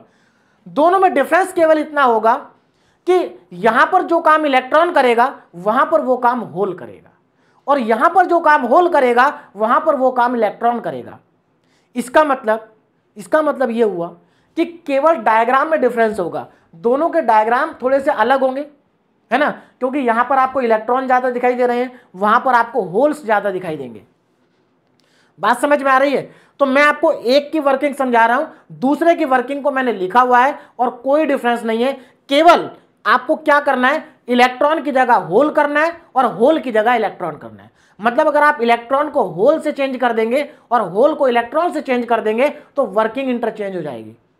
बात समझ में आ रही है? तो मैं आपको एनपीएन ट्रांजिस्टर की वर्किंग को समझाने जा रहा हूं, पीएनपी ट्रांजिस्टर की वर्किंग को आप अपने आप समझ लेंगे क्योंकि कोई डिफरेंस नहीं है। नाउ सबसे पहले बात करते हैं कि बीजेटी एक्टिव रीजन में। तो to operate BJT in active region, अगर बीजेटी को एक्टिव रीजन में ऑपरेट करना है तो क्या करना पड़ेगा? सबसे पहले एमिटर बायस जंक्शन को फॉरवर्ड करना पड़ेगा बाय बैटरी वीईबी। देखो यहां पर वीईबी या वीईबी लिख सकते हैं, बात एक ही है। चलिए यहां पर मैंने ई लिखा हुआ है तो यहां पर भी हम ई कर लेते हैं, और ये हमारा सीसी, कोई फर्क नहीं पड़ रहा लेकिन ठीक है। वीईई वीसीसी, वीईई का मतलब है ये बैटरी एमिटर के साथ कनेक्ट है, और वीसीसी का मतलब है बैटरी कलेक्टर के साथ कनेक्ट है। बोले बात समझ में आ गई? तो यहां पर भी आप ई या फिर सीसी कर सकते हैं, कोई प्रॉब्लम नहीं है। तो आपको ये तो समझ में आ गया कि एक्टिव रीजन में एमिटर बायस जंक्शन को क्या करना है? फॉरवर्ड करना है, और कलेक्टर बेस जंक्शन को क्या करना है? रिवर्स करना है। अब जरा यहां पर चेक करते हैं। देखो ये एन टाइप का मटेरियल है, ये पी टाइप का है, और ये भी एन टाइप का है। अगर आपको ये देखो ये एमिटर है और ये हमारा बेस है, अगर आपको एमिटर बेस जंक्शन को फॉरवर्ड करना है तो क्या करना पड़ेगा? देखो ये एन टाइप का है तो इसको नेगेटिव टर्मिनल से कनेक्ट करना पड़ेगा, और ये पी टाइप का है तो इसको पॉजिटिव टर्मिनल से कनेक्ट करना पड़ेगा, तब जाकर के ये फॉरवर्ड बायस होगा। क्लियर है ना? ये हमारा कलेक्टर है, ये बेस है, तो सीधी सी बात है, इसको अगर रिवर्स बायस करना है तो ये जो एन है इसको कनेक्ट करना होगा पॉजिटिव से, और इस बेस को कनेक्ट करना होगा नेगेटिव से। यहां पर बेस क्या है? कॉमन है। बोलो बात समझ में आ रही है? तो ये हो गया हमारा फॉरवर्ड बायस, ये हो गया हमारा रिवर्स बायस। अब यहां पर एक इंपॉर्टेंट बात समझिए, हमने यूनिट नंबर 1 में पढ़ा था कि फॉरवर्ड बायसिंग में हमारी जो डिप्लीशन लेयर होती है उसकी विड्थ बहुत कम होती है, थिन होती है, थिन डिप्लीशन लेयर। तो सीधी सी बात है, अगर यहां पर फॉरवर्ड बायसिंग है, अगर इस जंक्शन पे फॉरवर्ड बायसिंग है तो यहां पर जो डिप्लीशन लेयर होगी उसकी जो विड्थ होगी वो बहुत थिन होगी, बहुत कम होगी। बात समझ में आ गई? अब ये वाला जंक्शन रिवर्स बायस में है, भाई ये वाला पार्ट रिवर्स बायसिंग में है ना, और हमें पता है कि रिवर्स बायसिंग में जो डिप्लीशन लेयर की विड्थ होती है वो ज्यादा होती है। तो इसका मतलब यहां पर जो डिप्लीशन लेयर होगी उसकी जो विड्थ होगी वो ज्यादा होगी। तो यहां पर आप ध्यान दीजिएगा, ये हमारे डिप्लीशन लेयर है फॉरवर्ड बायसिंग में, ये डिप्लीशन लेयर है रिवर्स बायसिंग में, और मैंने यहां पर लिखा भी है width of depletion region for emitter bias junction is small and for collector bias junction is large. तो अब आपको समझ में आ गया होगा कि इस डिप्लीशन लेयर को मैंने थिन क्यों बनाया है और इसको मैंने थिक क्यों बनाया है। बोलो बात समझ में आ गई? अब आगे देखो, देखिए ये एन टाइप का मटेरियल है, तो सीधी सी बात है इसमें जो मेजॉरिटी चार्ज कैरियर्स होंगे वो इलेक्ट्रॉन होंगे। भाई ये एमिटर है ना, यहां पर हाई लेवल की डोपिंग है। क्या है? हाई लेवल की डोपिंग है, तो इसके अंदर बहुत ज्यादा इलेक्ट्रॉन होंगे मेजॉरिटी कैरियर्स की फॉर्म में। क्लियर होगी बात ना? अब ये पी टाइप मटेरियल है, बेस है, और बेस में जो मेजॉरिटी कैरियर्स होते हैं वो होल होते हैं, लेकिन क्योंकि बेस की जो डोपिंग है वो बहुत कम है, डोपिंग का लेवल क्या है? बहुत कम है, तो इसमें मेजॉरिटी कैरियर होल्स होंगे, लेकिन होल्स की जो काउंटिंग है वो कम होगी, बहुत कम होगी। क्यों? क्योंकि डोपिंग का लेवल बहुत कम है। अब बहुत सारे स्टूडेंट ऐसा सोच रहे होंगे, सर यहां पर मेजॉरिटी कैरियर अगर होल है तो आपने होल तो एक ही बनाया, इलेक्ट्रॉन आपने 3 बना दिए। तो बेटा मैं एक चीज आपको बता दूं, ये इलेक्ट्रॉन पी टाइप के नहीं है, ये वो इलेक्ट्रॉन रिप्रेजेंट किए गए हैं जो इधर से उधर जा रहे हैं, जो यहां से आगे जा रहे हैं। देखो ये पी टाइप है, तो इस पी टाइप के अंदर होल ज्यादा होंगे, इलेक्ट्रॉन कम होंगे। बात अलग है कि होल की काउंटिंग कम होगी, इलेक्ट्रॉन की उससे भी कम होगी। क्यों? क्योंकि यहां पर मेजॉरिटी चार्ज कैरियर क्या है? होल है। ये हमारा कलेक्टर है, इसके अंदर भी मेजॉरिटी चार्ज कैरियर्स क्या होंगे? इलेक्ट्रॉन होंगे, क्योंकि ये एनपीएन है। तो यहां पर मेजॉरिटी कैरियर्स इलेक्ट्रॉन, यहां पर होल, यहां पर इलेक्ट्रॉन। अब मेरी बात को जरा ध्यान से समझिए, देखिए होगा क्या, इसको हमने करा फॉरवर्ड बायस। क्या करा? Forward bias. तो सीधी सी बात है, ये बैटरी का नेगेटिव टर्मिनल है, तो ये करेगा क्या? ये इलेक्ट्रॉन को आगे पुश करेगा। भाई नेगेटिव टर्मिनल है ना, तो बैटरी को, इलेक्ट्रॉन को क्या करेगा? आगे पुश करेगा। भाई यहां से तो इलेक्ट्रॉन निकलेंगे और इधर जाएंगे, और जो इसके अंदर इलेक्ट्रॉन है उनको आगे पुश करेगा। बोलो बात समझ में आ रही है? इसका मतलब इस बैटरी की वजह से ये जो एमिटर के इलेक्ट्रॉन है ये एमिट होंगे और आगे जाएंगे। क्या होंगे?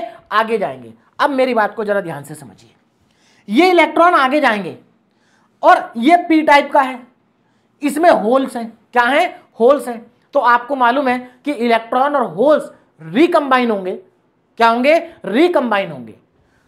तो बेस के अंदर इलेक्ट्रॉन और होल क्या होंगे, रिकंबाइन होंगे, और रिकंबाइन होने के बाद जो इलेक्ट्रॉन है वो नीचे की तरफ फ्लो करेंगे ऐसे। इसका मतलब जो इलेक्ट्रॉन है वो उनका फ्लो कुछ इस टाइप से होगा। लेकिन क्योंकि यहां पर होल की जो काउंटिंग है वो बहुत कम है, आप ऐसा कह सकते हैं कि यहां पर अगर यहां से 100 इलेक्ट्रॉन आगे जा रहे हैं तो केवल 5 ही इलेक्ट्रॉन यहां पर कंबाइन होंगे, बाकी 95 इलेक्ट्रॉन कंबाइन नहीं होंगे। क्यों? क्योंकि यहां पर 5 ही होल अवेलेबल है, क्योंकि इसकी डोपिंग लेवल बहुत कम है। बात समझ में आ गई? तो जो इलेक्ट्रॉन कंबाइन होंगे उसकी वजह से या जो इलेक्ट्रॉन कंबाइन होंगे वो इलेक्ट्रॉन हमारे इधर फ्लो कर जाएंगे। बोलो बात समझ में आ गई? और बाकी के जो बचे 95 इलेक्ट्रॉन, यानी कि 95% इलेक्ट्रॉन जो बचे हैं वो इलेक्ट्रॉन आगे फ्लो करेंगे। अब यहां पर आगे कैसे फ्लो करेंगे? क्योंकि यहां तो रिवर्स बायस है। अब मेरी बात को जरा ध्यान से समझना, रिवर्स बायसिंग में माइनॉरिटी चार्ज कैरियर्स फ्लो करते हैं, मेजॉरिटी चार्ज कैरियर फ्लो नहीं करते हैं। ये बात तो आपको मालूम है। अब यहां पर जरा वापस आते हैं, ये हमारा रिवर्स बायसिंग हो रही है। अब मुझे बताओ यहां पर पी टाइप में माइनॉरिटी कैरियर्स कौन होते हैं? इलेक्ट्रॉन। तो इसका मतलब इलेक्ट्रॉन तो यहां से फ्लो कर सकते हैं, भाई होल फ्लो नहीं कर सकते। क्यों? क्योंकि रिवर्स बायसिंग है। लेकिन इलेक्ट्रॉन तो फ्लो कर सकते हैं ना, क्योंकि माइनॉरिटी कैरियर फ्लो कर जाते हैं रिवर्स बायसिंग में। तो यहां से जो इलेक्ट्रॉन आगे गए हैं वो इलेक्ट्रॉन इस जंक्शन से पास हो सकते हैं। क्यों? क्योंकि रिवर्स बायसिंग में इलेक्ट्रॉन फ्लो कर जाता है। फ्लो करने का रीजन क्या है? क्योंकि यहां पर इलेक्ट्रॉन क्या है? नेगेटिव चार्ज, और इधर कलेक्टर के साथ में बैटरी का पॉजिटिव टर्मिनल कनेक्ट है। इसका मतलब ये जो पॉजिटिव टर्मिनल है ये इलेक्ट्रॉन को इधर पुल करेगा। मेरी बात समझ में आ गई? देखो यहां से अगर 100 इलेक्ट्रॉन आगे जा रहे हैं तो 5 इलेक्ट्रॉन यहां पर होल के साथ कंबाइन हो जाएंगे, बचे आपके 95 इलेक्ट्रॉन, वो इलेक्ट्रॉन आपके आगे जाएंगे। मतलब 5% इलेक्ट्रॉन यहां पर कंबाइन होंगे और 95% इलेक्ट्रॉन आपके आगे पास हो जाएंगे। कहां पर? कलेक्टर में। और कलेक्टर से कहां जाएंगे? इधर। तो इसका मतलब ये हुआ। और अब एक चीज समझिए, जो हमारा करंट होता है, कन्वेंशनल करंट की डायरेक्शन इलेक्ट्रॉन के अपोजिट डायरेक्शन में होती है, ये तो आपको मालूम है। अब यहां पर आ जाओ, यहां से क्या हो रहा है? एमीटर से इलेक्ट्रॉन फ्लो कर रहे हैं। इसका मतलब यहां पर करंट फ्लो करेगा, और कौन सा करंट फ्लो करेगा? Emitter current. इसको हम क्या कहेंगे? Emitter current. अब इलेक्ट्रॉन का फ्लो इधर है तो एमीटर करंट का फ्लो इधर होगा, क्योंकि ये एमीटर है। भाई एमीटर करंट क्यों कह रहे हैं? क्योंकि ये एमीटर है, इलेक्ट्रॉन को एमिट कर रहा है, तो इसकी वजह से इलेक्ट्रॉन करंट फ्लो होगा, वो एमीटर करंट होगा। इलेक्ट्रॉन की डायरेक्शन उधर है तो करंट की डायरेक्शन इधर होगी। समझ में आ गया? तो एमीटर करंट की डायरेक्शन इधर होगी। अब यहां पर आ जाओ, अब यहां पर 5% इलेक्ट्रॉन हमारे होल के साथ कंबाइन हो गए, है ना, और ये इलेक्ट्रॉन आपके इधर को फ्लो करेंगे। तो इसका मतलब जो इलेक्ट्रॉन कंबाइन हुए, रिकंबाइन हुए, जिनका रिकॉम्बिनेशन हुआ है, उनकी वजह से जो करंट फ्लो करेगा उसको हम कहते हैं बेस करंट। तो सीधी सी बात है, करंट की डायरेक्शन, इलेक्ट्रॉन की डायरेक्शन ऐसे होगी तो करंट की डायरेक्शन ऊपर को होगी। तो ये कौन सा करंट हो गया? बेस करंट हो गया। देखो जो एमीटर वाला टर्मिनल है उसमें एमीटर करंट फ्लो करेगा, जो बेस का टर्मिनल है उसमें बेस करंट फ्लो करेगा, और बेस करंट फ्लो करता है रिकॉम्बिनेशन की वजह से। अब जो इलेक्ट्रॉन इस बेस को क्रॉस करके आगे चले गए, है ना, जो इलेक्ट्रॉन आगे चले गए वो इधर से फ्लो करेंगे। और ये कौन सा टर्मिनल है? ये कलेक्टर का टर्मिनल है, और कलेक्टर के टर्मिनल में जो करंट फ्लो करेगा उसको हम कहते हैं कलेक्टर करंट। तो इसका मतलब ये हुआ, इस टर्मिनल में कौन सा करंट फ्लो करेगा? Collector current. डायरेक्शन क्या होगी? देखो इलेक्ट्रॉन ऐसे जा रहे हैं तो करंट ऐसे आएगा, अपोजिट डायरेक्शन में।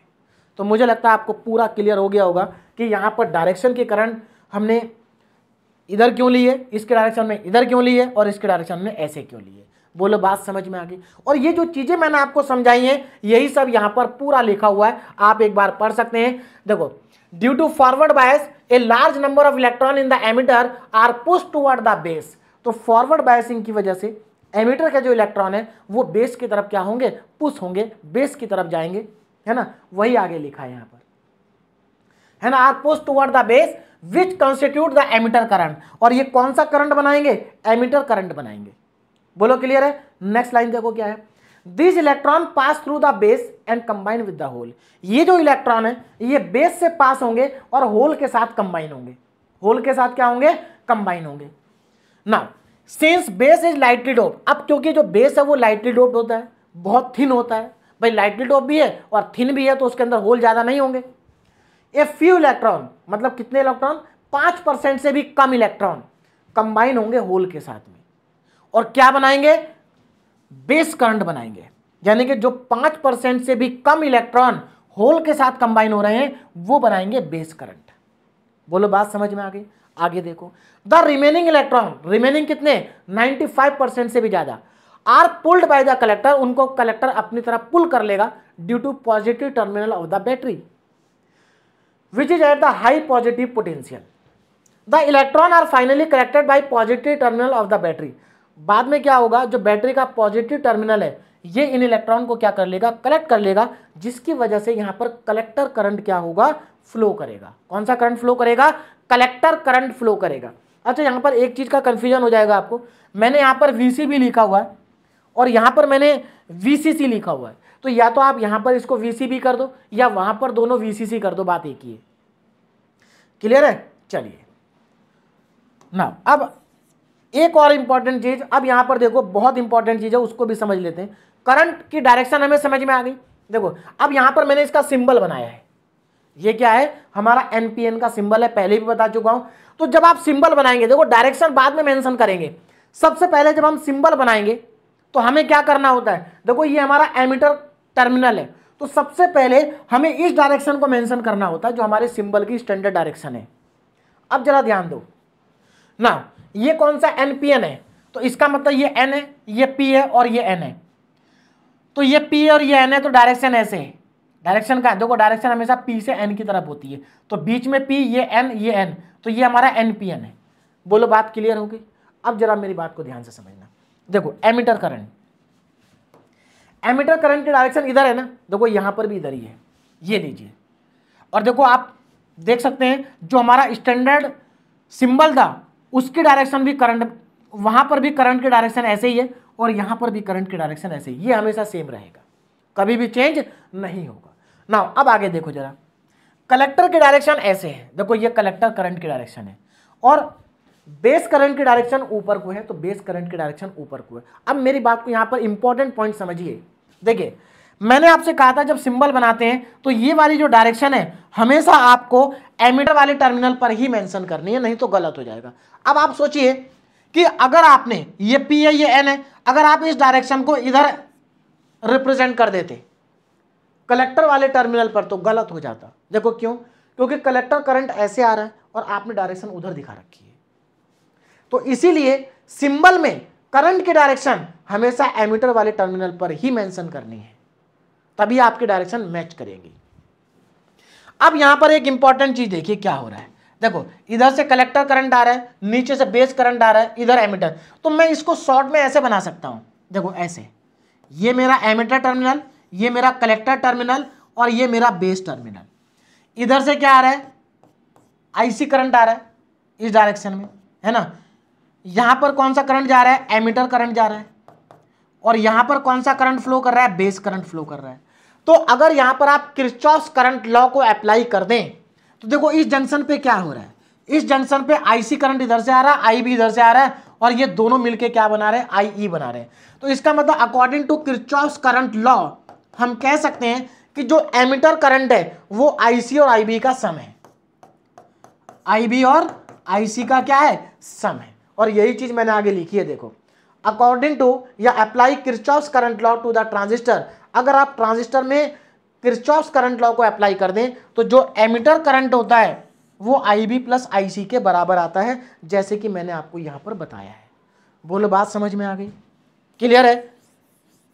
तो emitter current is always equal to base current plus collector current, और इस इक्वेशन की हेल्प से आप करंट की डायरेक्शन को बहुत आसानी के साथ रिप्रेजेंट कर सकते हैं। बस जब भी आप डायरेक्शन को रिप्रेजेंट करेंगे ना तो एक चीज समझ लेना, देखो इधर से IC आ रहा है, इधर से IB जा रहा है और दोनों मिलके IE बना रहे हैं, इसका मतलब सही है, इसका मतलब सही है। मतलब आपकी ये जो इक्वेशन है, कौन सी equation, IE equal to IB plus IC, ये ट्रांजिस्टर इक्वेशन, इसको हम कहते हैं ट्रांजिस्टर इक्वेशन। ये इक्वेशन हमेशा फॉलो होनी चाहिए। अगर ये इक्वेशन फॉलो हो रही है तो आपने डायरेक्शन को सही डायरेक्शन में रिप्रेजेंट किया है, नहीं तो आपका गलत हो जाएगा। तो मुझे लगता है आपको एनपीएन की वर्किंग आपको समझ में आ गई होगी। अब देखो मैंने यहाँ पर पीएनपी की वर्किंग को भी पूरा डिटेल में लिखा हुआ है, लेकिन कुछ भी डिफरेंस नहीं है, बस इलेक्ट्रॉन की जगह होल आ गए और होल की जगह इलेक्ट्रॉन आ गया, बाकी सब कुछ वही है, कुछ भी चेंज नहीं होगा, सब कुछ वही है। बस आप जब वर्किंग लिखेंगे ना, थ्योरी लिखेंगे, तो जहां पर इलेक्ट्रॉन था वहां पर होल कर देंगे और जहां पर होल था वहां पर इलेक्ट्रॉन कर देंगे, तो आपकी पूरी वर्किंग आ जाएगी। और ट्रांजिस्टर की इक्वेशन यहां पर भी वैलिड रहेगी, हर जगह वैलिड रहेगी ये। तो आप यहां पर चेक भी कर सकते हैं। देखो इस बार एमिटर करंट इधर जा रहा है और ये एमिटर करंट इस बार दो पार्ट में डिवाइड हो गया। देखो ये हमारा इधर से जा रहा है एमिटर करंट IE, और ये एमिटर करंट दो पार्ट में डिवाइड हो गया IB और IC में। देखो इधर IC जा रहा है, इधर IB आ रहा है और ये अकेला आ रहा है। तो इक्वेशन हमेशा आपकी होल्ड करेगी। तो एनपीएन और पीएनपी की वर्किंग अब आपको समझ में आ गई होगी, है ना। तो पूरा आप डिटेल में लिख करके आएंगे। अब यहां पर देखो कभी कभी 2 नंबर में एक इंपॉर्टेंट क्वेश्चन पूछ लिया जाता है। वो क्वेश्चन क्या है? क्वेश्चन ये पूछा जाता है कि ये जो बीजेटी है इसको बाइपोलर डिवाइस क्यों कहा जाता है। भाई बीजेटी का मतलब क्या है? Bipolar junction transistor. तो हम इसको बाइपोलर क्यों कहते हैं? ये बहुत बार यूनिवर्सिटी एग्जाम में 2 नंबर में पूछा जा चुका है कि हम बीजेटी को बाइपोलर डिवाइस क्यों कहते हैं, बाइपोलर जंक्शन ट्रांजिस्टर क्यों कहते हैं। इंपॉर्टेंट क्वेश्चन है। देखो अभी तक मैंने आपको बीजेटी की वर्किंग को पढ़ा चुका हूं मैं आपको, है ना, एनपीएन और पीएनपी की। तो आपने वहां पर देखा कि जो वर्किंग है, जो बीजेटी का ऑपरेशन है, उसके अंदर मेजॉरिटी चार्ज कैरियर्स भी आ रहे हैं और माइनॉरिटी चार्ज कैरियर्स भी आ रहे हैं। इसका मतलब बीजेटी का जो ऑपरेशन है वो दोनों चार्ज कैरियर के ऊपर डिपेंड कर रहा है, इसीलिए हम इसको बाइपोलर कहते हैं। तो BJT is a bipolar device because its operation depend on both majority and minority charge carrier, क्योंकि दोनों के ऊपर डिपेंड करता है, इसलिए हम इसको क्या कहते हैं? बाइपोलर कहते हैं। अगले लेक्चर में हम पढ़ेंगे एफईटी। एफईटी का जो ऑपरेशन है वो केवल एक ही टाइप के चार्ज कैरियर पर डिपेंड करता है, इसलिए एफईटी को हम कहते हैं यूनिपोलर डिवाइस और बीजेटी को हम कहते हैं बाइपोलर डिवाइस। दूसरा इंपॉर्टेंट यहां पर जो 2 नंबर में पूछा जाता है वो है कि बीजेटी करंट कंट्रोल डिवाइस क्यों है। कभी कभी ये दोनों एक ही क्वेश्चन में पूछ लेते हैं, कभी कभी इन दोनों को अलग अलग पूछते हैं। तो हमारा बीजेटी है वो करंट कंट्रोल डिवाइस क्यों है, अब इसका आपको आंसर लिखना है। देखिए बीजेटी में क्या होता है, जबकि हमारा जो एफईटी है ना वो वोल्टेज कंट्रोल डिवाइस है, लेकिन ये करंट कंट्रोल डिवाइस है। इसको हम करंट कंट्रोल डिवाइस इसलिए कहते हैं क्योंकि यहां पर हमारे पास 3 टर्मिनल है। अगर हम 3 में से कोई भी एक टर्मिनल का करंट चेंज कर दें तो बाकी दोनों टर्मिनल का करंट चेंज हो जाता है। इसका मतलब बीजेटी का जो ऑपरेशन है वो किसके ऊपर डिपेंड कर रहा है? इनपुट करंट के ऊपर डिपेंड कर रहा है। तो वही चीज यहां पे लिखा कि BJT is a current control device because current through 2 of its terminal is controlled by a current at the third terminal। यानी कि 2 टर्मिनल के करंट को हम एक थर्ड टर्मिनल के करंट से कंट्रोल कर सकते हैं, इसलिए इसको कहते हैं करंट कंट्रोल डिवाइस। एक और इंपॉर्टेंट चीज जो यहां पर छूट गई वो भी मैं आपको समझा देता हूं क्योंकि आगे आएगी। देखो ये हम वर्किंग हमने इसकी पढ़ी। अब यहां पर एक छोटी सी चीज जो है वो मैंने अभी नहीं बताई, उसको मैं बता देता हूं। आपको वर्किंग में एक्सप्लेन नहीं करना, लेकिन आगे हमारे काम आएगी। देखो क्या है, ये हमारा रिवर्स बायसिंग में है। ये वाला पार्ट हमारा किस में है? रिवर्स बायसिंग में है। तो सीधी सी बात है, अगर रिवर्स बायसिंग में है तो यहां पर रिवर्स सैचुरेशन करंट भी फ्लो करेगा। मतलब इस वाले देखो इस जंक्शन पे होल करंट फ्लो करेगा और इस पर रिवर्स सैचुरेशन करंट फ्लो करेगा। अब होल करंट बहुत कम होता है, नेग्लिजिबल होता है, उसको हम नेग्लेक्ट कर देते हैं। दूसरा, यहां पर जो रिवर्स सैचुरेशन करंट फ्लो करता है उसको हम आगे चलकर रिप्रेजेंट करेंगे ICBO से। इसका मतलब क्या है? C का मतलब कलेक्टर, B का मतलब बेस, यानी कि कलेक्टर और बेस के बीच में जब हमारा एमीटर क्या रहेगा? ओपन रहेगा, तो उस समय जो रिवर्स सैचुरेशन करंट फ्लो करता है उसको हम कहते हैं ICBO। तो बस आपको इतना ध्यान रखना है कि कलेक्टर बेस जंक्शन में जो रिवर्स सैचुरेशन करंट होता है उसको हम ICBO से रिप्रेजेंट करते हैं। तो कहने का मतलब ये है, ये जो हमारा कलेक्टर करंट है, इस कलेक्टर करंट के अंदर रिवर्स सैचुरेशन करंट भी होता है। बात समझ में आ रही? मतलब माइनॉरिटी चार्ज कैरियर की वजह से जो करंट फ्लो कर रहा है वो भी तो होगा। क्लियर है? चलिए ना, तो यहां तक हमने अब समझ लिया। अब इसके आगे जो हमारा नेक्स्ट टॉपिक है, अगेन बहुत इंपॉर्टेंट टॉपिक है, और आप मान के चलिए कि यूनिवर्सिटी एग्जाम में 100% यहां से क्वेश्चन आएगा ट्रांजिस्टर कॉन्फ़िगरेशन से। ट्रांजिस्टर कॉन्फ़िगरेशन से 100% क्वेश्चन आएगा। बात समझ में आ रही? तो चलिए अब अभी तक जो मैंने आपको पढ़ाया एक बार आप उसको वीडियो को पॉज करके रिवाइज कर लें, उसके बाद हम स्टार्ट करते हैं ट्रांजिस्टर कॉन्फ़िगरेशन। तो मैं 5 सेकंड के बाद स्टार्ट करता हूं, आप वीडियो को पॉज करके रिवाइज। चलिए तो स्टार्ट करते हैं ट्रांजिस्टर कॉन्फ़िगरेशन। देखिए अब तक हम पढ़ चुके हैं कि ट्रांजिस्टर के अंदर 3 टर्मिनल होते हैं, एमिटर, बेस एंड कलेक्टर, और इन 3 टर्मिनल को बैटरी से कनेक्ट करने के लिए हमें 2 बैटरी की रिक्वायरमेंट होती है। जैसे कि इससे पहले हम एनपीएन और पीएनपी ट्रांजिस्टर की वर्किंग में देख चुके हैं। तो हमारे पास 3 टर्मिनल है और हमें 2 बैटरी की रिक्वायरमेंट होती है, और 2 बैटरी में टोटल हमारे 4 टर्मिनल होते हैं।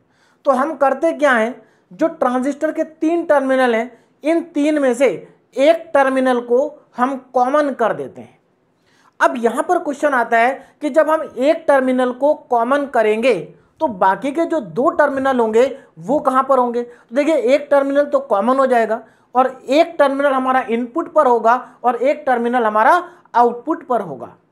अब हम टर्मिनल को कॉमन करेंगे ट्रांजिस्टर के, और ट्रांजिस्टर में टोटल होते हैं 3 टर्मिनल। कितने होते हैं? 3। अब हम किसी भी टर्मिनल को कॉमन कर सकते हैं, और इसी बेसिस पर हमारे पास ट्रांजिस्टर की 3 कॉन्फ़िगरेशन होती हैं। अगर हम बेस को कॉमन कर देते हैं, तो हमारा बनता है कॉमन बेस कॉन्फ़िगरेशन। बात समझ में आ रही है? अगर हम ट्रांजिस्टर के बेस को कॉमन कर दें तो क्या बनेगा? Common base configuration. दूसरा, अगर हम एमिटर को कॉमन कर दें तो क्या बनेगा? तो बनेगा कॉमन एमिटर कॉन्फ़िगरेशन। और तीसरा, अगर हम कलेक्टर को कॉमन कर दें तो हमारा बनेगा कॉमन कलेक्टर कॉन्फ़िगरेशन। बात समझ में आ गई? तो 3 में से एक को हमें क्या करना है? कॉमन करना है, और बाकी के जो 2 टर्मिनल होंगे उनमें से एक इनपुट पर होगा और एक आउटपुट पर होगा। लेकिन सबसे इंपॉर्टेंट बात यह है कि जो बचे हुए 2 हैं उनमें से कौन इनपुट पर होगा और कौन आउटपुट पर होगा, यह समझना बहुत जरूरी है। सॉरी, चलिए तो समझ लेते हैं कि कौन इनपुट पर होगा और कौन आउटपुट पर होगा। अब जरा यहां पर ध्यान से समझिए। मान लेते हैं हमारे पास एक ट्रांजिस्टर है जिसके 3 टर्मिनल हैं। ये हमारा मान लेते हैं बेस हमने कॉमन कर दिया, ये बेस है, और अब हमारे पास बचे 2 टर्मिनल। मान लेते हैं 3 टर्मिनल में से हमने बेस को कर दिया कॉमन। अब हमारे पास बचता है एमीटर और कलेक्टर।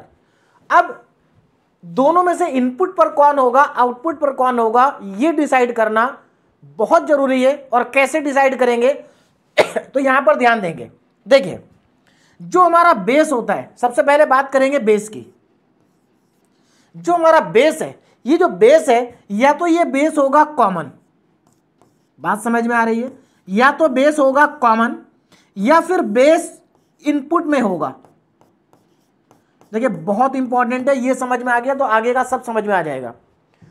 अगर मैं बेस की बात करूं, जो हमारा बेस वाला टर्मिनल है, ये जो बेस वाला टर्मिनल है, अगर ये कॉमन है या तो ये कॉमन होगा, और अगर ये कॉमन नहीं होगा तो फिर ये इनपुट पर होगा। बात समझ में आ गई? बेस या तो कॉमन होगा या फिर इनपुट पर होगा, बेस कभी भी आउटपुट पर नहीं होगा। बात समझ में आ गई? आगे बढ़ते हैं। अब हम बात करते हैं कलेक्टर की। किसकी बात करते हैं? कलेक्टर की। अगर मैं कलेक्टर की बात करूं, कलेक्टर की बात अगर हम करें तो देखिए जो कलेक्टर है, ये कलेक्टर या तो कॉमन होगा, क्या होगा? कॉमन होगा। अगर कॉमन नहीं है तो ये आउटपुट पर होगा। कलेक्टर कभी भी इनपुट पर नहीं होगा। बस आपको ये 2 बातें याद रखनी है कि अगर बेस कॉमन है, बेस जो है या तो कॉमन होगा या फिर इनपुट पर होगा, और जो कलेक्टर है वो कॉमन होगा या आउटपुट पर होगा। सीधी सी बात ये है कि बेस कभी भी आउटपुट पर नहीं होगा और कलेक्टर कभी भी इनपुट पर नहीं होगा। अब बात करते हैं एमीटर की। एमीटर का क्या है, देखिए जो एमीटर है वो कॉमन भी हो सकता है, ये इनपुट पर भी हो सकता है और ये आउटपुट पर भी हो सकता है। तो आप एमीटर को मत याद करिए, आप केवल ये दो बातें याद करिए, बेस के लिए और कलेक्टर के लिए। बात समझ में आ गई। अब देखो डिसाइड करते हैं कॉमन बेस कॉन्फ़िगरेशन में। कॉमन बेस कॉन्फ़िगरेशन है, मान लीजिए हमारे पास कॉमन बेस कॉन्फ़िगरेशन है, तो देखो अब इनपुट पर कौन सा टर्मिनल होगा और आउटपुट पर कौन सा होगा। अब यहां पर बेस तो हो गया कॉमन, अब हमारे पास बचा एमीटर और कलेक्टर, है ना। और हमें मालूम है कि जो कलेक्टर होता है भाई या तो वो कॉमन होगा या आउटपुट पर होगा, तो यहां पर कलेक्टर कॉमन तो है नहीं, तो इसका मतलब कलेक्टर कहां होगा, आउटपुट पर होगा, और एमीटर कहां होगा, इनपुट पर होगा। बोलो बात समझ में आ गई। इसका मतलब common configuration, common base configuration में आउटपुट पर कलेक्टर होगा, इनपुट पर एमीटर होगा, और कॉमन हमारा क्या है, बेस है। बात समझ में आ रही है। इसी तरीके से अगर मैं कॉमन एमीटर की बात करूं, अब क्या हो गया, अब हमारा एमीटर हो गया कॉमन, अब हमारा एमीटर जो है वो कॉमन हो गया। तो अगर एमीटर कॉमन है तो अब आउटपुट पर कौन होगा और इनपुट पर कौन होगा। अब जरा ध्यान दें, देखो हमें मालूम है कि बेस या तो कॉमन होगा या फिर इनपुट पर होगा। अब यहां पर बेस कॉमन तो है नहीं, इसका मतलब बेस को कहां होना चाहिए, इनपुट पर होना चाहिए। तो बेस को होना चाहिए इनपुट पर, और कलेक्टर कहां रहेगा, आउटपुट पर रहेगा। अगर कॉमन नहीं है तो आउटपुट पर रहेगा। तो कॉमन एमीटर कॉन्फ़िगरेशन के केस में कनेक्शन हमारे इस तरह से रहेंगे। तीसरा, अगर मान लीजिए कलेक्टर कॉमन है, क्या है, कलेक्टर अगर कॉमन है, तो देखो कलेक्टर कॉमन आ गया। अब बात आती है बेस और एमीटर की। हमें मालूम है कि जो बेस है या तो वो इनपुट पे होता है या कॉमन होता है, तो कॉमन तो है नहीं, इसका मतलब बेस इनपुट पर होगा और कलेक्टर आउटपुट पर ही रहेगा। तो आप केवल टर्मिनल को देख करके ये बता सकते हैं कि कौन सी कॉन्फ़िगरेशन है। अब यहां से यूनिवर्सिटी एग्जाम में क्वेश्चन पूछा जाता है, जहां पर आपसे पूछा जाएगा कि जो कॉमन बेस कॉन्फ़िगरेशन है इसकी वर्किंग बताइए और इसकी वीआई कैरेक्टरिस्टिक्स को ड्रॉ करिए। कभी कभी दोनों एक ही क्वेश्चन में पूछ लेते हैं, कभी कभी दोनों को अलग अलग पूछ लेते हैं, वर्किंग अलग क्वेश्चन में और वीआई कैरेक्टरिस्टिक्स अलग क्वेश्चन में। तो चलिए स्टार्ट करते हैं और इनको तीनों को समझ लेते हैं। तीनों को देखिए, तीनों में बस यही चीज आपको समझनी है जो मैंने यहां पर बता दिया, बाकी कुछ नहीं है, बाकी सब बहुत ईजी है। ध्यान दीजिएगा यहां पर। नाउ कॉमन बेस कॉन्फ़िगरेशन, तो देखो कॉमन बेस कॉन्फ़िगरेशन हम पढ़ने जा रहे हैं। अब यहां पर भी दो चीजें हैं। जब हम कॉमन बेस कॉन्फ़िगरेशन पढ़ेंगे तो कॉमन बेस कॉन्फ़िगरेशन एनपीएन के लिए भी होगी और कॉमन बेस कॉन्फ़िगरेशन पीएनपी के लिए भी होगी, लेकिन दोनों में सब कुछ सेम रहेगा, बस केवल डायग्राम चेंज होगा। देखो ये हमारा एनपीएन का डायग्राम है और ये हमारा पीएनपी का डायग्राम है। बात समझ में आ रही। अगर आपको एग्जाम में एनपीएन की कॉन्फ़िगरेशन आती है तो आप क्या करेंगे, यहां से स्टार्ट करेंगे, ये डायग्राम बनाएंगे। एनपीएन के केस में आप वो डायग्राम नहीं बनाएंगे, बाकी आगे का सब कुछ सेम लिखेंगे, कुछ भी चेंज नहीं करेंगे। बात समझ में आ रही है। देखिए ध्यान दीजिए, यहां पर स्टूडेंट को कंफ्यूजन हो जाता है। बहुत इजी है, अगर आपसे एनपीएन की कॉन्फ़िगरेशन पूछी जाती है तो आप एनपीएन का डायग्राम बनाएंगे, इसको नहीं बनाएंगे, ये पीएनपी का है, और बाकी थ्योरी पूरी सेम रहेगी, आगे के जो वीआई कर्व है वो भी सेम रहेंगे, बस केवल डायग्राम चेंज करना होगा। और अगर आपसे पीएनपी की कॉन्फ़िगरेशन पूछी जाती है तो आप इसको नहीं बनाएंगे, आप इसको बनाएंगे।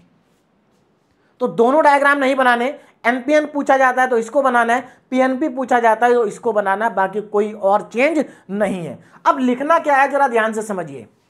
देखिए कॉमन बेस कॉन्फ़िगरेशन, पहले डायग्राम समझ लेते हैं। कॉमन बेस कॉन्फ़िगरेशन में देखो यहां पर बेस तो हो गया कॉमन, देखो ये बेस है, कॉमन हो गया दोनों के लिए। बात समझ में आ रही। और एक्टिव रीजन में हमें एक्सप्लेन करना है। एक्टिव रीजन में इसका मतलब ये हमारा क्या रहेगा, फॉरवर्ड बायस, और ये रहेगा हमारा रिवर्स बायस। अब यहां पर जरा ध्यान से देखो, अब यहां पर ये हमारा कौन सा एनपीएन है, एनपीएन, इसका मतलब इधर एन होगा, बीच में ये पी होगा और इधर भी एन होगा। क्लियर है, एनपीएन है। अब यहां पर ध्यान से देखो, करंट की डायरेक्शन, सबसे पहले सिंबल जो है उसमें करंट की डायरेक्शन देख लेना। देखो ये एनपीएन है तो ये पी है और ये एन है, तो करंट की डायरेक्शन ऐसे रहेगी, कोई प्रॉब्लम नहीं है, बिल्कुल ठीक है। चलिए अब हमें इसे करना है फॉरवर्ड। देखो ये n है तो निगेटिव से कनेक्ट करेंगे फॉरवर्ड हो जाएगा, ये भी n है इसको पॉजिटिव से कनेक्ट करेंगे रिवर्स हो जाएगा। तो ये हमारा इनपुट वाला पार्ट है फॉरवर्ड बायस, ये हमारा आउटपुट वाला पार्ट है रिवर्स बायस। बोलो बात समझ में आ गई। तो एक बैटरी हमने यहां पर लगाई, एक बैटरी हमने यहां पर लगाई, कॉमन हो गया बेस। अब यहां पर क्वेश्चन आता है कि अगर बेस कॉमन है तो इनपुट पर कौन होगा। तो सीधी सी बात है अगर बेस कॉमन है तो इनपुट पर एमिटर होगा और आउटपुट पर कलेक्टर होगा। तो आप देख सकते हैं आउटपुट पर कलेक्टर है और इनपुट पर एमिटर है।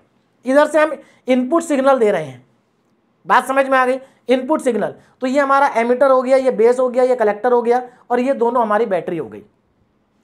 तो हमें यहां पर करना क्या है, देखो कॉमन बेस कॉन्फ़िगरेशन में base of the transistor is common to both input and output. देखो ये हमारा आउटपुट वाला सर्किट है और इसमें क्या बेस कॉमन है, बेस है, और इनपुट वाले सर्किट में भी बेस है। इसका मतलब जो बेस टर्मिनल है वो आउटपुट में भी आ रहा है और इनपुट में भी आ रहा है ना। बेस ऑफ ट्रांजिस्टर कॉमन है दोनों में ना। इनपुट कहां पर अप्लाई करोगे, input is applied between emitter and base. देखो ये हमारा एमिटर है, ये हमारा बेस है और यहां पर हम इनपुट सिग्नल को अप्लाई कर रहे हैं, है ना। इनपुट सिग्नल को क्या कर रहे हैं, अप्लाई कर रहे हैं। Output is taken out from the collector base. अब देखो आउटपुट हमें यहां पर मिलेगा और ये किसके बीच में है, कलेक्टर और बेस के बीच में है। तो बस इतना सा आपको लिखना है कि हमारा बेस कॉमन है, इनपुट हम एमिटर और बेस के बीच में अप्लाई करेंगे क्योंकि इनपुट टर्मिनल एमिटर है और आउटपुट टर्मिनल कलेक्टर है। तो आउटपुट हमें कलेक्टर और बेस के बीच में मिलेगा। बोलो बात समझ में आ गई। अगर आप इस डायग्राम को ध्यान से देखें तो इसमें भी कुछ नया नहीं है। अगर आप अगले डायग्राम को देखेंगे तो उसमें भी कुछ भी नया आपको देखने को नहीं मिलेगा। बस वहां पर ये क्या है, ये आपका इधर P है, बीच में N है और इधर P है, PNP। तो अब आप डायरेक्शन देखो, डायरेक्शन हमेशा P से N होती है। तो देखो डायरेक्शन P से N है, ये हमारा एमिटर है, ये कॉमन बेस हो गया, ये एमिटर हो गया, कलेक्टर हमारा आउटपुट पे रहेगा। क्योंकि अगर बेस कॉमन है तो कलेक्टर आउटपुट पे जाएगा, क्योंकि कलेक्टर या तो कॉमन होता है या आउटपुट पर होता है। तो कलेक्टर कॉमन नहीं है तो आउटपुट पे होगा। एमिटर कहीं भी हो सकता है, तो एमिटर अभी हमारा कहां पर है, इनपुट में है। बोलो बात समझ में आ गई। इसको फॉरवर्ड बायस करना है, इसको रिवर्स बायस करना है, बस इतना आपको काम करना है। यहां से इनपुट देंगे, वहां से आउटपुट मिलेगा। तो ये हो गया हमारा common base PNP BJT, common base PNP BJT. तो अगर आपको वर्किंग लिखने के लिए आती है कॉमन बेस कॉन्फ़िगरेशन की तो आप ये तीनों लाइन लिखेंगे, है ना। और अगर एनपीएन की आती है तो आप ये डायग्राम बनाएंगे, पीएनपी की आती है तो आप ये डायग्राम बनाएंगे। उसके बाद आपको क्या करना है, उसके बाद यहां पर आपको दो इंपॉर्टेंट पैरामीटर कैलकुलेट करने हैं वर्किंग में ही। और वो क्या है, पहला है डीसी करंट गेन, या हम इसको कहते हैं एम्प्लीफिकेशन फैक्टर, जिसको रिप्रेजेंट किया जाता है अल्फा से। किससे रिप्रेजेंट करते हैं, अल्फा से। और ये बहुत इंपॉर्टेंट है, इसके इन फॉर्मूले के ऊपर बेस्ड हम आगे न्यूमेरिकल भी करेंगे, है ना। तो यहां से न्यूमेरिकल भी पूछे जाते हैं। तो डीसी करंट गेन क्या है या एम्प्लीफिकेशन फैक्टर क्या है, उसको हम यहां पर कैलकुलेट कर लेते हैं। देखिए यहां पर और भी कई सारे पैरामीटर्स होते हैं, लेकिन हम केवल उनको ही कैलकुलेट करेंगे जो हमारे सिलेबस का पार्ट है। ज्यादा एक्स्ट्रा हम यहां पर कैलकुलेट नहीं करेंगे। तो देखिए करंट गेन क्या होता है, DC current gain, it is the ratio of output current to input current. ये आउटपुट करंट और इनपुट करंट का रेशियो है। अब कॉमन बेस कॉन्फ़िगरेशन में, अब यहां पर ध्यान दीजिएगा, जो हमारा कॉमन बेस कॉन्फ़िगरेशन है, तो कॉमन बेस कॉन्फ़िगरेशन में बेस हमारा क्या है, कॉमन है ना। बेस अगर कॉमन होगा तो हमारे आउटपुट पे कौन होगा, कलेक्टर होगा, क्योंकि कलेक्टर या तो कॉमन होता है या आउटपुट पर होता है। तो इनपुट पर कौन बचा, एमिटर बचा। तो अब यहां पर ध्यान देंगे, देखो हमारा फॉर्मूला क्या है, it is the ratio of output current to input current. अब सीधी सी बात है, अगर आउटपुट पर कलेक्टर है तो आउटपुट करंट क्या होगा, कलेक्टर करंट होगा। इनपुट पर एमिटर है तो एमिटर इनपुट करंट क्या हो गया, एमिटर करंट हो गया। तो ये फॉर्मूले आपको याद करने की जरूरत नहीं है, इनको रटना नहीं है, इनको समझना है। भाई मैंने आपको अभी समझाया था ना कि अगर बेस कॉमन है तो आउटपुट पर कौन होगा, कलेक्टर होगा, क्योंकि कलेक्टर या तो कॉमन होता है या फिर आउटपुट पे होता है। फॉर्मूला है output current to input current. इसका मतलब आउटपुट पर अगर कलेक्टर है तो आउटपुट पर कलेक्टर करंट होगा, और इनपुट पर अगर एमिटर है तो इनपुट पर एमिटर करंट होगा। कॉमन वाले की बात नहीं करेंगे। बात समझ में आ गई। तो ये हमारा क्या आ गया, फॉर्मूला आ गया, है ना। तो यहां पर ये हमारे पास फॉर्मूला आ गया किसका, एम्प्लीफिकेशन फैक्टर का, डीसी करंट गेन का। बोलो बात समझ में आ रही। अब इस फॉर्मूले को अगर आप ध्यान से देखें तो न्यूमरेटर में आईसी है और डिनोमिनेटर में आई है। और हमें पता है कि जो ट्रांजिस्टर इक्वेशन होती है वो होती है I equal to I C plus I B. तो इस इक्वेशन से हमें क्या समझ में आ रहा है कि जो एमिटर करंट होगा वो कलेक्टर करंट से ज्यादा होगा, है ना। इसका मतलब डिनोमिनेटर बड़ा है, न्यूमरेटर छोटा है, तो अल्फा की वैल्यू इस केस में 1 से कम आएगी, मतलब एम्प्लीफिकेशन फैक्टर जो है वो 1 से कम आएगा। तो अगर हमारा एम्प्लीफिकेशन फैक्टर कम आ रहा है तो इसका मतलब हमारा जो एम्प्लीफिकेशन होगा या जो डीसी करंट गेन होगा वो यहां पर होगा ही नहीं। भाई वैल्यू 1 से ज्यादा आएगी तभी तो कुछ गेन होगा, यहां तो वैल्यू 1 से कम आ रही है तो इसका मतलब इसमें कोई गेन नहीं होगा। बात समझ में आ गई? इसमें कोई भी करंट गेन नहीं होगा, कोई एम्प्लीफिकेशन इसमें नहीं होगा कॉमन बेस कॉन्फ़िगरेशन में। और यहां पर अल्फा की वैल्यू 0.9 से 0.99 तक वेरी करती है। नेक्स्ट इंपॉर्टेंट पैरामीटर है एक्सप्रेशन फॉर आउटपुट करंट। देखिए हमारा जो आउटपुट करंट होता है वो है कलेक्टर करंट, और हमें इस कलेक्टर करंट का एक्सप्रेशन चाहिए, है ना। एक्चुअल में मैं आपको पहले ही बता चुका हूं कि जो कलेक्टर करंट होता है ये दो करंट से मिलकर बनता है ना। तो देखो अगर आप इस फॉर्मूले से कलेक्टर करंट को कैलकुलेट करेंगे तो यहां से कलेक्टर करंट आएगा अल्फा इंटू आई। कितना आएगा, इधर इसको क्रॉस मल्टीप्लाई कर दो, अल्फा इंटू आई। लेकिन जो हमारा टोटल कलेक्टर करंट होता है उसमें रिवर्स सैचुरेशन करंट भी ऐड होता है। बात समझ में आ रही है? क्या होता है? Reverse saturation current.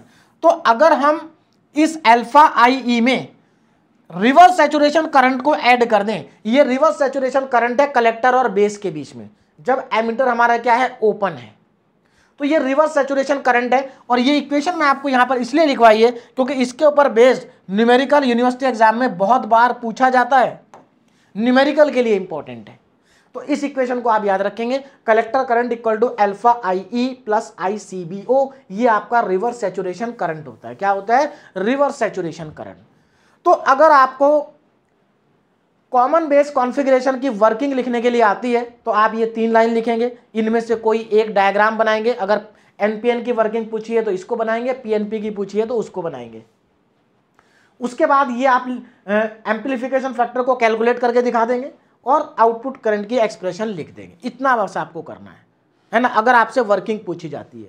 लेकिन मैक्सिमम टाइम वर्किंग के साथ वीआई कैरेक्टरिस्टिक्स भी पूछी जाती हैं, और यहां पर वीआई कैरेक्टरिस्टिक्स दो होती हैं, एक इनपुट वीआई कैरेक्टरिस्टिक्स और एक आउटपुट वीआई कैरेक्टरिस्टिक्स। क्योंकि यहां पर इनपुट भी है हमारे पास और आउटपुट भी है।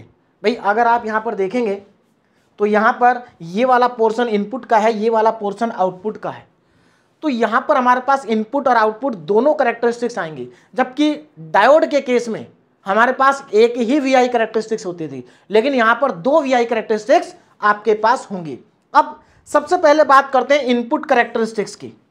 देखो अगर आप कॉमन बेस को समझ लेंगे ना तो कॉमन एमिटर और कॉमन कलेक्टर बिल्कुल ऐसे ही होगा, उनको भी आप बिल्कुल सिमिलर तरीके से करेंगे। एक समझ में आ जाएगा तो मान लीजिए तीनों समझ में आ गए ना। इनपुट कैरेक्टरिस्टिक्स, तो इसमें क्या करना है हमें, इसमें देखो वीआई कैरेक्टरिस्टिक्स सीधी सी बात है, वी और आई के बीच में ग्राफ बनेगा, है ना। तो यहां पर ध्यान देना, it is a graph between input current, जो हमारी इनपुट कैरेक्टरिस्टिक्स है उसमें हम किस किस के बीच में ग्राफ बनाएंगे, इनपुट करंट के बीच में, इनपुट करंट कितना है आई, और इनपुट वोल्टेज के बीच में, और इनपुट वोल्टेज कितना अप्लाई कर रहे हैं हम, वीईबी एट कांस्टेंट आउटपुट वोल्टेज, और आउटपुट वोल्टेज जो है वो कांस्टेंट रहेगा। क्या रहेगा? कांस्टेंट रहेगा, है ना। This graph is drawn for active region, और ये सारे ग्राफ हमें एक्टिव रीजन के लिए ड्रॉ करने हैं। तो यहां पर आप ग्राफ से समझ लेते हैं। देखो input VI characteristics of common base configuration, तो सबसे पहले तो आप वाई एक्सिस पर इनपुट करंट लेंगे, क्योंकि हम वाई पर करंट लेते हैं और एक्स पर हम वोल्टेज लेते हैं। तो ये हमारा इनपुट करंट हो गया, ये हमारा इनपुट वोल्टेज हो गया, इनपुट करंट इनपुट वोल्टेज।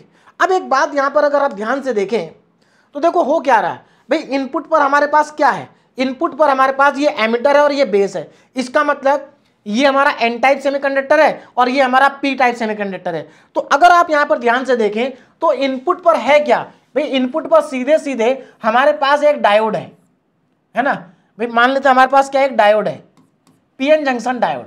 तो सीधी सी बात है, जो इनपुट कैरेक्टरिस्टिक्स है वो बिल्कुल वैसे ही कर्व बनेगा जैसा हमारा डायोड के केस में बना था, बिल्कुल सेम बनेगा, कोई चेंज नहीं आएगा।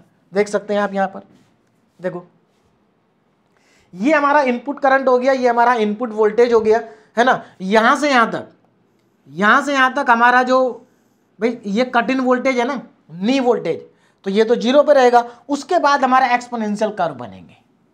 तो अब यहां पर ध्यान देना, जो हमारा कर्व बन रहा है ना, वो बिल्कुल वैसा ही है जैसा डायोड के केस में बन रहा था। अब यहां पर हमने कहा कि जो आउटपुट वोल्टेज है, आउटपुट वोल्टेज वो कांस्टेंट रहेगा। क्या रहेगा? कांस्टेंट। तो अगर हमारा आउटपुट वोल्टेज मान लीजिए आउटपुट वोल्टेज 2 वोल्ट है, ये कॉमन है, तो कर्व ये बनेगा। अगर आउटपुट वोल्टेज 6 वोल्ट है तो कर्व इधर थोड़ा शिफ्ट हो जाएगा, और अगर हमने आउटपुट वोल्टेज को 12 वोल्ट कर दिया तो और इधर शिफ्ट हो जाएगा। कहने का मतलब ये है, जैसे जैसे आप आउटपुट वोल्टेज को इंक्रीज करते जाएंगे आपका कर्व इधर शिफ्ट होता जाएगा। तो ये हमारी input VI characteristics of common base configuration. अब बात करते हैं आउटपुट की। आउटपुट कैरेक्टरिस्टिक्स, देखिए जो आउटपुट कर्व है वो किस किस के बीच में बनेगा? सीधी सी बात है, आउटपुट करंट और आउटपुट वोल्टेज के बीच में बनेगा, है ना। आउटपुट करंट और आउटपुट वोल्टेज के बीच में बनेगा, और इस बार जो इनपुट करंट है वो कांस्टेंट रहेगा। इनपुट करंट क्या रहेगा? कांस्टेंट। और यहां पर इनपुट करंट है IE, तो ये हमारा हो गया IC आउटपुट करंट, ये हमारा हो गया आउटपुट वोल्टेज, है ना। और उसके बाद जब हमारा आउटपुट वोल्टेज और आउटपुट करंट हो गया, अब अगर मान लीजिए हमारा जो इनपुट करंट है, कोई एक वैल्यू ले लेते हैं, अगर हमारा इनपुट करंट 8 मिली एम्पियर है तो हमारा कर्व ये बनेगा। बात समझ में आ रही? जैसे जैसे हम इनपुट करंट की वैल्यू चेंज करते जाएंगे हमारे जो कर्व है वो शिफ्ट होते जाएंगे। अब ये जो हमारा बना है यहाँ पर डायग्राम, ये जो हमारा वीआई कर्व बना है ना, हमने पढ़ा था कि वहां पर हमारे पास जो रीजन की बात कर लेते हैं। देखो इसमें ध्यान देना, यहां से यहां तक का जो रीजन है ये सैचुरेशन रीजन होता है। सैचुरेशन रीजन जहां पर हमारा जो स्विच रहता था वो ऑन रहता था, ये सैचुरेशन रीजन है। ये सबसे नीचे वाला जो हमारा कर्व है, सबसे नीचे वाला कर्व ये होता है हमारा कट ऑफ रीजन। देखो ये सैचुरेशन रीजन होता है, ये कट ऑफ रीजन होता है, और जो बचा हुआ पार्ट है ये यहां से यहां तक, ये हमारा होता है एक्टिव रीजन। तो आउटपुट कैरेक्टरिस्टिक्स में आपको सैचुरेशन रीजन, एक्टिव रीजन और कट ऑफ रीजन भी बताना है।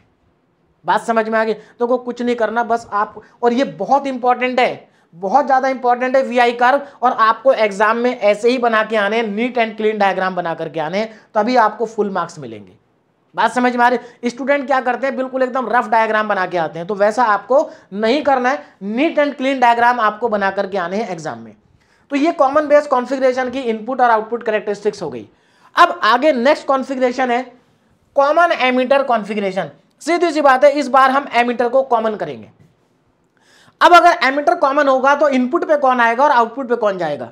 भाई सीधी सी बात है, एमीटर तो हो गया कॉमन, हमारा जो बेस है वो या तो कॉमन होता है या इनपुट पे जाता है, तो कॉमन तो है नहीं, इसका मतलब बेस इनपुट पर जाएगा। कलेक्टर या तो कॉमन होता है या आउटपुट पे जाता है, तो कलेक्टर कॉमन तो है नहीं, इसका मतलब आउटपुट पे जाएगा। तो हमें समझ में आ गया कि हमारा जो कलेक्टर है वो आउटपुट पे रहेगा, बेस इनपुट पे रहेगा, और एमीटर इस बार कॉमन रहेगा।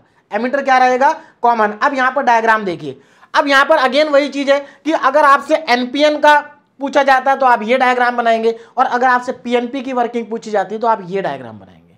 क्लियर है? अब देखो यहां पर ध्यान से समझना, ये एनपीएन का डायग्राम है। इस बार देखो क्या है, ये हमारा क्या है, यहां पर ये हमारा एमीटर है, तो इस बार एमीटर को कॉमन कर दिया। देखो एमीटर जो है वो ये हमारा आउटपुट वाला पार्ट है, ये हमारा इनपुट वाला पार्ट है। एमीटर इनपुट में भी इन्वॉल्व है, एमीटर आउटपुट में भी इन्वॉल्व है। तो जो एमीटर है ये हमारा क्या हो गया, दोनों में कॉमन हो गया। एमीटर नहीं एमीटर, है ना। चलिए दोनों में क्या हो गया, कॉमन हो गया। अब यहां पर मेरी बात को जरा ध्यान से समझिए, हमें इस वाले पोर्शन को क्या करना है, फॉरवर्ड बायस करना है, इसको हमें रिवर्स बायस करना है। तो बैटरी कैसे लगाएंगे? बैटरी देखो ये हमारा है NPN, इसका मतलब ये वाला पार्ट P है, तो P को पॉजिटिव से कनेक्ट करेंगे तो ये फॉरवर्ड बायस हो जाएगा, और ये हमारा क्या N है ना, और N को अगर पॉजिटिव से कनेक्ट करेंगे तो रिवर्स बायस हो जाएगा। बोलो बात समझ में आ रही है? तो ये फॉरवर्ड बायस, ये हमारा रिवर्स बायस, वैसे ही उधर भी चेक कर लेंगे।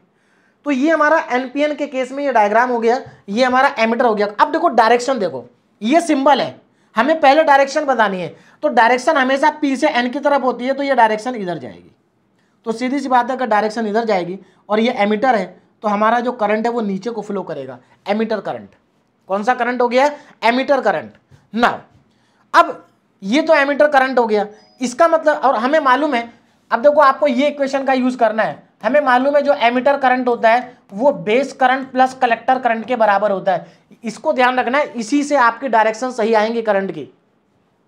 देखो पहले सबसे पहले आपको क्या करना है, सिंबल की डायरेक्शन मार्क करनी है। सिंबल की डायरेक्शन आपको पता है कि अगर ये एमीटर है तो करंट की डायरेक्शन हमेशा एमीटर वाले टर्मिनल पे शो करते हैं, है ना। ये पी है और ये एन है और ये एमीटर है, तो इसका मतलब करंट बाहर को आएगा, है ना। तो करंट हमारा इधर जा रहा है, ये एमीटर करंट है और हमें पता है एमीटर करंट जो है वो base current plus collector current के बराबर है।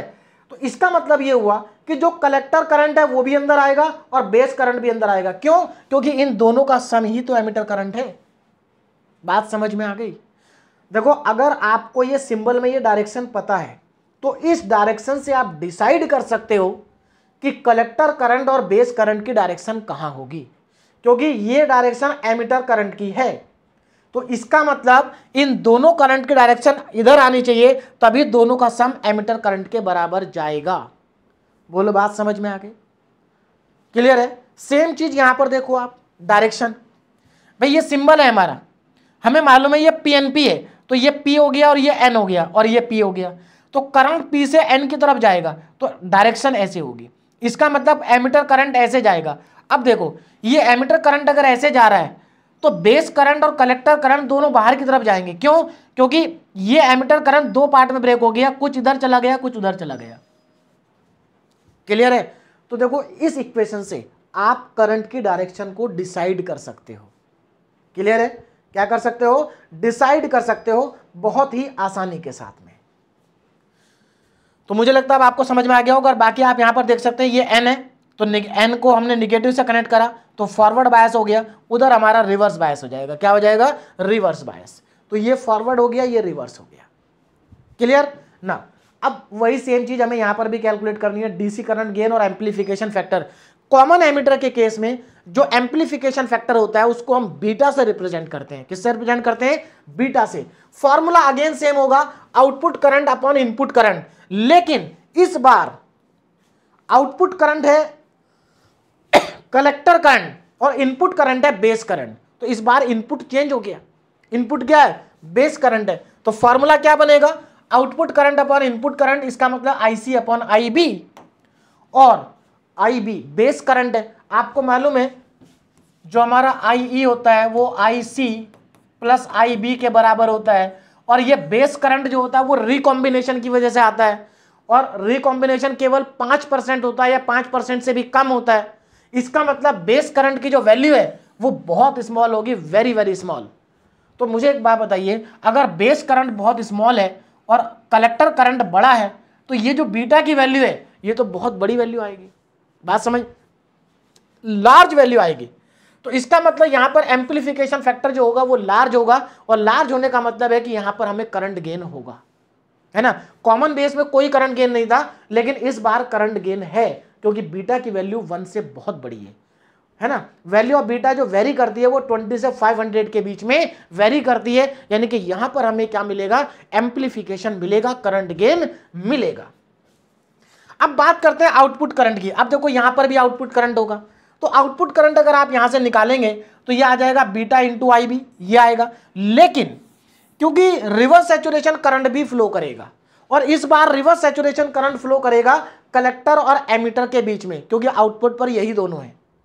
भाई एमीटर कॉमन है, कलेक्टर आउटपुट पर है, तो इस बार जो हमारा रिवर्स सैचुरेशन करंट होगा वो कलेक्टर और एमीटर के बीच में होगा, जब हमारा बेस क्या रहेगा? ओपन रहेगा। तो ये हमारा रिवर्स सैचुरेशन करंट है। एक और इंपॉर्टेंट चीज, जो यहां पर ये रिवर्स सैचुरेशन करंट है इसको हम इस फॉर्मूले से भी कैलकुलेट कर सकते हैं। अगर हमें कॉमन बेस वाले केस में रिवर्स सैचुरेशन करंट पता है तो बीटा प्लस 1 से मल्टीप्लाई कर देंगे, तो इस फॉर्मूले से भी आप ICO की वैल्यू को कैलकुलेट कर सकते हैं। और ये भी आपको याद रखना है क्योंकि इसके ऊपर बेस्ड न्यूमेरिकल भी हम करेंगे। तो अगर वर्किंग पूछी जाती है तो आपको यहां तक करना है, लेकिन अगर आपको VI कर्व पूछे जाते हैं तो अगेन आप VI कैरेक्टरिस्टिक्स ड्रॉ करेंगे, इनपुट और आउटपुट। तो ये तो अब आपको समझ में आ गया कि जो इनपुट कैरेक्टरिस्टिक्स होती है वो इनपुट करंट और इनपुट वोल्टेज के बीच में होगी, है ना। और यहां पर आउटपुट वोल्टेज क्या रहेगा? कांस्टेंट रहेगा। देखो इस बार आउटपुट वोल्टेज जैसे जैसे डिक्रीज कर रहे हैं हमारा कर्व इधर शिफ्ट होते जा रहा है। पहले इंक्रीज करने पे शिफ्ट हो रहा था, इस बार डिक्रीज करने पे शिफ्ट हो रहा है। कर्व अगेन सेम है, कर्व अगेन सेम है। अगर मैं आउटपुट कैरेक्टरिस्टिक्स की बात करूं तो ये आउटपुट करंट और आउटपुट वोल्टेज के बीच में होती है ना। बस आपको ये ध्यान रखना है कि कर्व कैसे बन रहे हैं, और यहां पर जो आपका इनपुट करंट है वो कांस्टेंट रहेगा। अलग अलग इनपुट करंट के लिए अलग अलग कर्व आपको मिलेंगे। और यहां पर अगेन ये हमारा सैचुरेशन रीजन है, ये कट ऑफ रीजन है, और ये हमारा क्या है, ये वाला जो पार्ट है ये हमारा एक्टिव रीजन है। देखो जो इनपुट कैरेक्टरिस्टिक्स है वो तो सेम है पहले की तरह, बस वैल्यू चेंज हुई है ना। आउटपुट कैरेक्टरिस्टिक्स में माइनर सा चेंज है। वहां पर क्या था, ये हमारी जो लाइन थी ये एक ही जगह से अलग अलग पोजीशन से आगे जा रही थी, अलग अलग पोजीशन से कर्व आगे जा रहा था। यहां पर एक ही लाइन से हमारा कर्व आगे जा रहा है। तो ये दोनों कर्व आपको वीआई कैरेक्टरिस्टिक्स आपको अच्छे से समझ लेनी है और बिल्कुल ऐसे ही बना करके आनी है। नाउ नेक्स्ट देखिए क्या है, नेक्स्ट है common collector configuration. Common collector configuration, अब इसको भी समझ लेते हैं। यहां पर कलेक्टर कॉमन हो जाएगा। अब अगर कलेक्टर कॉमन हो गया तो अब इनपुट पे कौन होगा। देखो मैंने आपको बताया था जो बेस है वो या तो कॉमन होगा या इनपुट पर होगा। तो बेस इस बार कॉमन नहीं है, इसका मतलब इनपुट पर होगा क्योंकि कलेक्टर कॉमन है। अब बेस इनपुट पर है, कलेक्टर कॉमन है, तो आउटपुट पे कौन चला गया, एमीटर चला गया, है ना। एमीटर कहीं भी हो सकता है, इनपुट पर भी हो सकता है, कॉमन भी हो सकता है, आउटपुट पर भी हो सकता है। तो सीधी सी बात है, इस बार जो इनपुट अप्लाई होगा वो बेस और कलेक्टर के बीच में होगा, और जो आउटपुट आपको मिलेगा वो कलेक्टर और एमीटर के बीच में मिलेगा। अगेन यहां पर दो डायग्राम है, ये पीएनपी के लिए है, ये एनपीएन के लिए है, सॉरी ये एनपीएन के लिए है और वो पीएनपी के लिए है। सबसे पहले आपको फोकस करना है सिंबल पे। देखो ये सिंबल अगर आपने सही बना दिया ना तो फिर कोई दिक्कत नहीं, डायग्राम बन जाएगा। देखो ये हमारा सिंबल है एनपीएन, एनपीएन। तो सीधी सी बात है, अगर हमारा ऊपर वाला एमीटर है तो करंट की डायरेक्शन इधर होगी, क्योंकि ये पी है और ये एन है, तो करंट ऐसे जाएगा क्योंकि ये एमीटर है, क्योंकि कॉमन इस बार कलेक्टर है। तो सीधी सी बात है, अगर ये कलेक्टर है और ये बेस है तो एमीटर ये होगा, तो करंट की डायरेक्शन ऐसे जाएगी, और इसी डायरेक्शन से आपको बाकी दोनों करंट की डायरेक्शन पता चल जाएंगी। कैसे, ये जो एमीटर करंट होता है ये बेस और कलेक्टर करंट के सम के बराबर होता है, तो इसका मतलब दोनों की डायरेक्शन ऐसे जाएगी, ऐसे। क्लियर होगी बात, दोनों की डायरेक्शन पता चल गई। अच्छा, अब ये फॉरवर्ड बायस होना चाहिए। अब देखो ये पी है तो इसको पॉजिटिव से कनेक्ट कर दिया, फॉरवर्ड बायस हो गया, है ना। यहां पर अब ये हमारा एन है तो इसको नेगेटिव से कनेक्ट कर दिया, तो ये हमारा, एक मिनट, यहां पर एन पी एन, हाँ ठीक है, फॉरवर्ड बायस,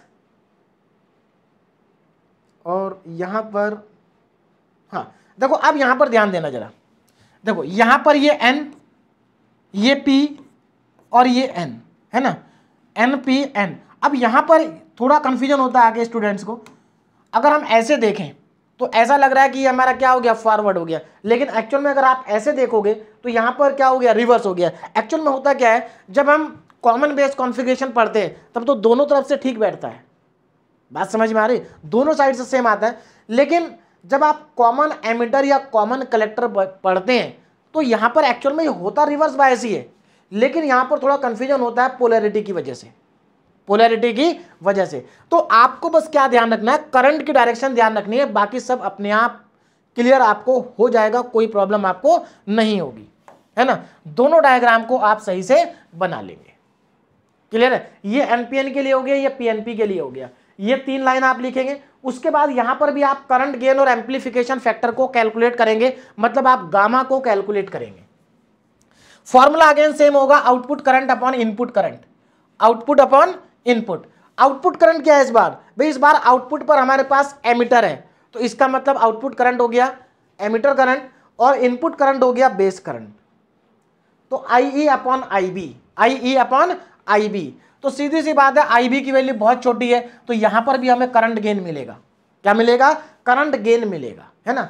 लेकिन यहां पर एक चीज है, यहां पर करंट गेन तो मिलता है लेकिन वोल्टेज गेन नहीं मिलता, जबकि कॉमन एमीटर में करंट गेन भी मिलता है और वोल्टेज गेन भी मिलता है। और इसी वजह से कॉमन कलेक्टर कॉन्फ़िगरेशन को बहुत कम प्रीफर किया जाता है, कॉमन एमीटर कॉन्फ़िगरेशन को सबसे ज्यादा प्रीफर किया जाता है, क्योंकि वहां पर हमें गेन मिलता है और करंट गेन के साथ साथ वोल्टेज गेन भी मिलता है। उसके बाद यहां पर आउटपुट करंट के लिए आप एक्सप्रेशन लिखेंगे, तो आई इक्वल टू, देखो यहां से अगर आप आई निकालेंगे तो गामा, ये गामा है ना, gamma times of I B हो जाएगा, प्लस रिवर्स सैचुरेशन करंट। और इस बार जो रिवर्स सैचुरेशन करंट है वो कॉमन बेस वाला है, लेकिन उसको हम गामा से कर देंगे मल्टीप्लाई। तो ये फॉर्मूला वैसे ज्यादा इंपॉर्टेंट नहीं है, कॉमन एमीटर वाला और कॉमन बेस वाला फॉर्मूला ज्यादा इंपॉर्टेंट है आईसी का, है ना। यहां पर आई है तो आईसी वाला फॉर्मूला ज़्यादा इंपॉर्टेंट है। उसके बाद फिर से वही आएगी आपके पास इनपुट कैरेक्टरिस्टिक्स और आउटपुट कैरेक्टरिस्टिक्स। तो ये फिर से आप वही डायग्राम बनाएंगे, input current, output current, input current, output voltage, sorry input current, output voltage, output current, output voltage. यहां पर आपका आउटपुट वोल्टेज कांस्टेंट रहेगा, यहां पर आपका इनपुट करंट कांस्टेंट रहेगा, है ना। तो यहां पर देखो अगेन ये कर्व तो हमारा सेम है, ये एक्टिव रीजन में आ जाएगा, ये नीचे आपका कट ऑफ रीजन होगा, यहां पर लिख देना कट ऑफ रीजन, और ये आपका सैचुरेशन रीजन होगा, है ना। ये आपका क्या है, ये वाला पार्ट आपका कट ऑफ रीजन है, कट ऑफ रीजन, और ये आपका सैचुरेशन रीजन है, सैचुरेशन रीजन। बोलो बात समझ में आ रही है, cut off region, saturation region, और ये वाला पार्ट आपका आ गया एक्टिव रीजन। तो ये दोनों कर्व आप इसमें बनाएंगे, और यहां पर हमारी जो कॉन्फ़िगरेशन है वो सारी कॉन्फ़िगरेशन कंप्लीट हो गई। और ये जो 3 कॉन्फ़िगरेशन है ना, इसमें से कॉमन बेस और कॉमन एमिटर वाली कॉन्फ़िगरेशन बहुत इंपॉर्टेंट है। मान के चलिए कि दोनों में से एक ना एक तो एग्जाम में आएगी आएगी। अब बात करते हैं, यहां पर हमने जो 3 यहां पर कांस्टेंट पढ़े, एक अल्फा, एक बीटा, एक गामा, है ना। कॉमन बेस के केस में क्या आया था, अल्फा आया था, एम्पलीफिकेशन फैक्टर, कॉमन एमिटर में बीटा था, कॉमन कलेक्टर में गामा था। अब ये जो हमारे पास तीनों अल्फा, बीटा, गामा है, इनके बीच में रिलेशन इंपॉर्टेंट है और एग्जाम में पूछी जाती है रिलेशन। और अगर रिलेशन नहीं भी आएगी तो इनके ऊपर न्यूमेरिकल आ सकता है। तो इसलिए ये रिलेशन बहुत इंपॉर्टेंट और बहुत ही सिंपल से डेरिवेशन है। तो ध्यान देंगे इन डेरिवेशन पर, मैंने पहले से किए हुए हैं लेकिन बहुत ज्यादा आसान है। देखिए कैसे। सबसे पहले relation between alpha and beta, हमें अल्फा और बीटा के बीच में रिलेशन ड्राइव करनी है। तो कैसे स्टार्ट करेंगे क्वेश्चन को, देखो यहां पर जब रिलेशन आपको ड्राइव करनी है तो आप स्टार्ट करेंगे ट्रांजिस्टर इक्वेशन से। तो हमारे पास हम जानते हैं, we know that transistor equation क्या होती है, I equal to I B plus I सी।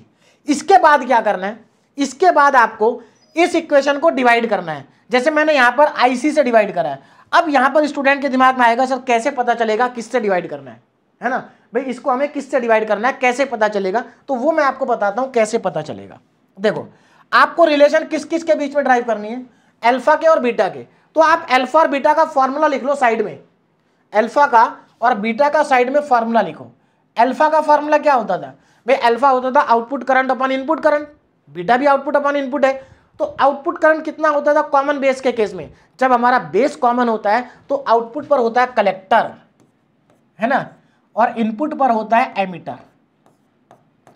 भाई अल्फा कॉमन बेस के केस में आता है और कॉमन बेस में आउटपुट पर कलेक्टर होता है, इनपुट पर एमिटर होता है। अब बात करते हैं बीटा की। बीटा आता है कॉमन एमिटर के केस में। जब एमिटर कॉमन होता है तो इनपुट पर बेस होता है, आउटपुट पर कलेक्टर होता है। इसका मतलब यहां पर आएगा आईसी अपॉन आईबी। अब देखो डिवाइड किससे करना है, कैसे पता चलेगा, यहां से पता चल जाएगा। कैसे, इन दोनों फॉर्मूलों में क्या कौन सा करंट कॉमन है। देखो इसमें आईसी, इसमें भी आईसी, इसका मतलब इन दोनों में आईसी कॉमन है। तो जो कॉमन होगा उसी कॉमन से आप इसको डिवाइड कर देंगे। आपको करना क्या है, अगर आपको अल्फा और बीटा में रिलेशन निकालनी है तो अल्फा बीटा के फॉर्मूले लिखो, दोनों में देखो कौन सा करंट कॉमन है, आईसी कॉमन है, तो बस आप इस इक्वेशन को आईसी से डिवाइड कर दो। तो मैंने दोनों साइड में आईसी से कर दिया डिवाइड। अब जब आईसी से डिवाइड करेंगे तो देखो ये आई ई अपॉन आईसी है, आई ई अपॉन आईसी है। और इस आई ई अपॉन आईसी को हम क्या लिख सकते हैं, देखो ये आपका जो अल्फा है वो आईसी अपॉन आई है। अगर मैं इन दोनों को रेसिप्रोकल कर दूं, इसको ऊपर और इसको नीचे कर दूं, तो ये 1 अपॉन अल्फा हो जाएगा। इसका मतलब आई ई अपॉन आईसी की वैल्यू 1 अपॉन अल्फा हो गई। सिमिलरली अगर मैं इन दोनों का रेसिप्रोकल कर दूं तो ये आई बी अपॉन आईसी हो जाएगा। तो आई बी अपॉन आईसी हो जाएगा 1 अपॉन बीटा, और यहां पर आईसी से आईसी कट गया, हो जाएगा 1। बस अब कुछ नहीं करना, सिंप्लीफाई कर देंगे, एलसीएम लेंगे तो ये 1 upon alpha 1 plus beta upon beta, तो यहां से अल्फा आ जाएगा बीटा अपॉन बीटा प्लस 1। और ये आपको याद रखना इंपॉर्टेंट है। समझ में आ गया अल्फा बीटा की रिलेशन, बस इतना सा डेरिवेशन है। तो हमने अल्फा को बीटा के टर्म्स में कैलकुलेट कर लिया। अगर आप बीटा को अल्फा के टर्म्स में कैलकुलेट करना चाहते हैं तो ये क्रॉस मल्टीप्लाई कर दीजिए, क्रॉस मल्टीप्लाई करके ब्रैकेट को ओपन करना। उसके बाद आपको अल्फा निकालना है, सॉरी आपको बीटा निकालना है, तो बीटा वाली दोनों टर्म को एक तरफ कर लेंगे, उसके बाद बीटा को कॉमन ले लेंगे, आपके पास बीटा की वैल्यू आ जाएगी। तो ये छोटा सा डेरिवेशन है जो कि इंपॉर्टेंट है और यूनिवर्सिटी एग्जाम में कई बार पूछा जा चुका है। क्लियर है। तो इन फॉर्मूले के ऊपर बेस्ड न्यूमेरिकल भी आते हैं और ये डेरिवेशन भी एग्जाम में पूछा जाता है। आगे बढ़ते हैं। Now relation between beta and gamma. अब देखो अगर आप अल्फा बीटा की रिलेशन आपको समझ में आ गई तो बीटा गामा भी बिल्कुल वैसे ही करना है। क्या करेंगे भाई, फिर से आप वही इक्वेशन लिखेंगे और फिर से आप डिवाइड करेंगे। अब क्वेश्चन आता है किससे डिवाइड करेंगे, तो फिर से हमें फॉर्मूले लिखने पड़ेंगे। देखो यहां पर बीटा और गामा के रिलेशन चाहिए, तो बीटा का फॉर्मूला भाई, बीटा आता है कॉमन बेस में, तो कॉमन बेस के केस में आउटपुट पर होता है कलेक्टर करंट और इनपुट पर होता है बेस करंट, क्योंकि एमीटर कॉमन है ना। उसके बाद गामा, क्योंकि यहां पर बीटा और गामा चाहिए, गामा आता है कॉमन कलेक्टर में। अब कलेक्टर अगर कॉमन हो गया तो इनपुट पर बेस आएगा, आउटपुट पर एमीटर आएगा। इसका मतलब एमीटर करंट ऊपर आएगा और बेस करंट नीचे आएगा। बोलो बात समझ में आ गई भाई। ये दो फार्मूले आपको यहां पर इन दोनों से पता चल जाएगा डिवाइड किससे करना है। अब इन दोनों में देखो कॉमन क्या है भाई, दोनों में बेस करंट कॉमन है। तो एक काम करो, इस इक्वेशन को बेस करंट से डिवाइड कर दो, आईबी से क्या कर दो, डिवाइड कर दो। तो जब आप इसको आईबी से डिवाइड करेंगे तो देखो ये तो बन जाएगा आपका गामा का formula, I upon I B gamma बन जाएगा, ये 1 बन जाएगा और ये आपका बीटा बन जाएगा। तो यहां से आपका गामा आ गया बीटा प्लस 1, यही रिलेशन है। या फिर आप इसको लिख सकते हैं, sorry, gamma equal to beta plus 1, ये मैंने क्या लिख दिया, हाँ, अगर आप यहां से बीटा निकालना चाहते हैं तो बीटा हो जाएगा आपका गामा माइनस 1। बोलो बात समझ में आ गई। तो ये छोटा सा डेरिवेशन है बीटा और गामा के बीच में। अब हो सकता है एग्जाम में पूछ ले कि relation between alpha and gamma, तो अल्फा और गामा के रिलेशन निकालने के आपके पास दो तरीके हैं भाई। या तो ये यहां से आपको ये रिलेशन निकाल चुके, आप इससे पहले ये निकाल चुके, दोनों में से बीटा को एलिमिनेट कर दो, आपके पास अल्फा और गामा के रिलेशन आ जाएगी। या दूसरा तरीका ये, आप फिर से ये इक्वेशन लिखो, है ना, और अगली बार आप इसको आई ई से डिवाइड कर दो, तो अल्फा और गामा के बीच में रिलेशन आ जाएगी आई ई से डिवाइड करने पर। तो मुझे लगता है ये डेरिवेशन आप कर लेंगे, बहुत सिंपल से डेरिवेशन है। अब हम करते हैं न्यूमेरिकल। देखो ये न्यूमेरिकल 2023 में 2 मार्क्स में पूछा जा चुका है और इसी टाइप के न्यूमेरिकल यूनिवर्सिटी एग्जाम में पूछे जाते हैं। अब ये 2 मार्क्स में भी आ सकते हैं और 7 मार्क्स में भी आ सकते हैं, है ना। चलिए स्टार्ट करते हैं। बहुत सिंपल न्यूमेरिकल है। फॉर ए ट्रांजिस्टर, देखो यहां पर हमें एमीटर करंट गिवन है और अल्फा की वैल्यू गिवन है और हमसे कलेक्टर करंट और बेस करंट पूछा है। तो सबसे पहले मैं यहां पर गिवन लिख लेता हूं, बहुत सिंपल सा न्यूमेरिकल है। गिवन क्या गिवन है भाई, यहां पर एक तो हमें गिवन है यहां पर एमीटर करंट कितना है, 10 मिली एम्पियर एमीटर करंट। दूसरा हमें यहां पर गिवन है अल्फा 0.987, ये अल्फा की वैल्यू गिवन है। हमें कैलकुलेट क्या करना है, आईसी और आईई कैलकुलेट करना है। तो कैसे कैलकुलेट करेंगे, अब यहां पर जरा ध्यान दीजिएगा, आईसी और आईबी, ठीक है। देखो अल्फा दे रखा है ना, तो अल्फा का फॉर्मूला लगाते हैं, अल्फा का फॉर्मूला लगाते हैं। अल्फा का फॉर्मूला सभी को मालूम है, वी नो दैट देखो अल्फा आता है कॉमन बेस के केस में, कॉमन बेस कॉन्फ़िगरेशन में, है ना। और कॉमन बेस कॉन्फ़िगरेशन में आउटपुट करंट होता है कलेक्टर करंट और इनपुट करंट होता है एमीटर करंट। अब यहां पर हमें एमीटर करंट गिवन है, अल्फा हमें गिवन है, तो हम यहां से कलेक्टर करंट निकाल सकते हैं, आईसी आ जाएगा। तो यहां से आईसी की वैल्यू क्या आ जाएगी भाई, आईसी आ जाएगा alpha into IE. Value put करेंगे तो IC is equal to alpha कितना है 0.987 इंटू आईई कितना है 10 मिली एम्पियर। बस आ गया आंसर। बहुत सिंपल सी कैलकुलेशन है, दोनों को मल्टीप्लाई करके लिख देंगे, कितना आएगा 9.87 आएगा, है ना, 9.87। तो यहां से आईसी आ गया 9.87 मिली एम्पियर। अब हमसे पूछा आईबी कि आईबी कितना होगा, तो आप अच्छे से जानते हैं कि जो एमिटर करंट होता है वो collector current plus base current के बराबर होता है। अब यहां पर हमारे पास जो कलेक्टर करंट है वो भी हमें पता है और एमिटर करंट भी पता है, हमसे बेस करंट पूछा है। तो बेस करंट क्या होगा भाई, बेस करंट, तो base current equal to IE minus IC, IE minus IC. Value put करेंगे, आईई कितना है 10 माइनस 9.87। अगर आप इसको माइनस कर देंगे तो ये आपके पास आ जाएगा 0.13 मिली एम्पियर। तो ये हमारा इस क्वेश्चन का फाइनल आंसर हो गए दोनों, है ना। एक ये आंसर है इसका और एक ये आंसर है इसका, यही दो आपसे पूछे थे। तो 2 मार्क्स में ये क्वेश्चन पूछा जा चुका है 2023 में। नेक्स्ट क्वेश्चन देखिए क्या है, अगेन 2 मार्क्स का क्वेश्चन है जो कि 2022 में पूछा गया है। इसमें आपको बीटा निकालना है और आईई और आईसी आपको गिवन है, आईई और आईसी आपको गिवन है ना।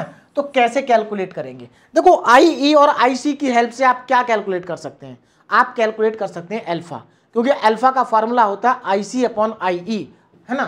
तो यहां पर पहले अल्फा निकाल लेते हैं। तो हमें सबसे पहले यहां पर देखते हैं गिवन क्या है, गिवन को लिख लेते हैं। तो हमें यहां पर गिवन है, देखिए गिवन क्या है आपके पास, एक तो एमीटर करंट गिवन है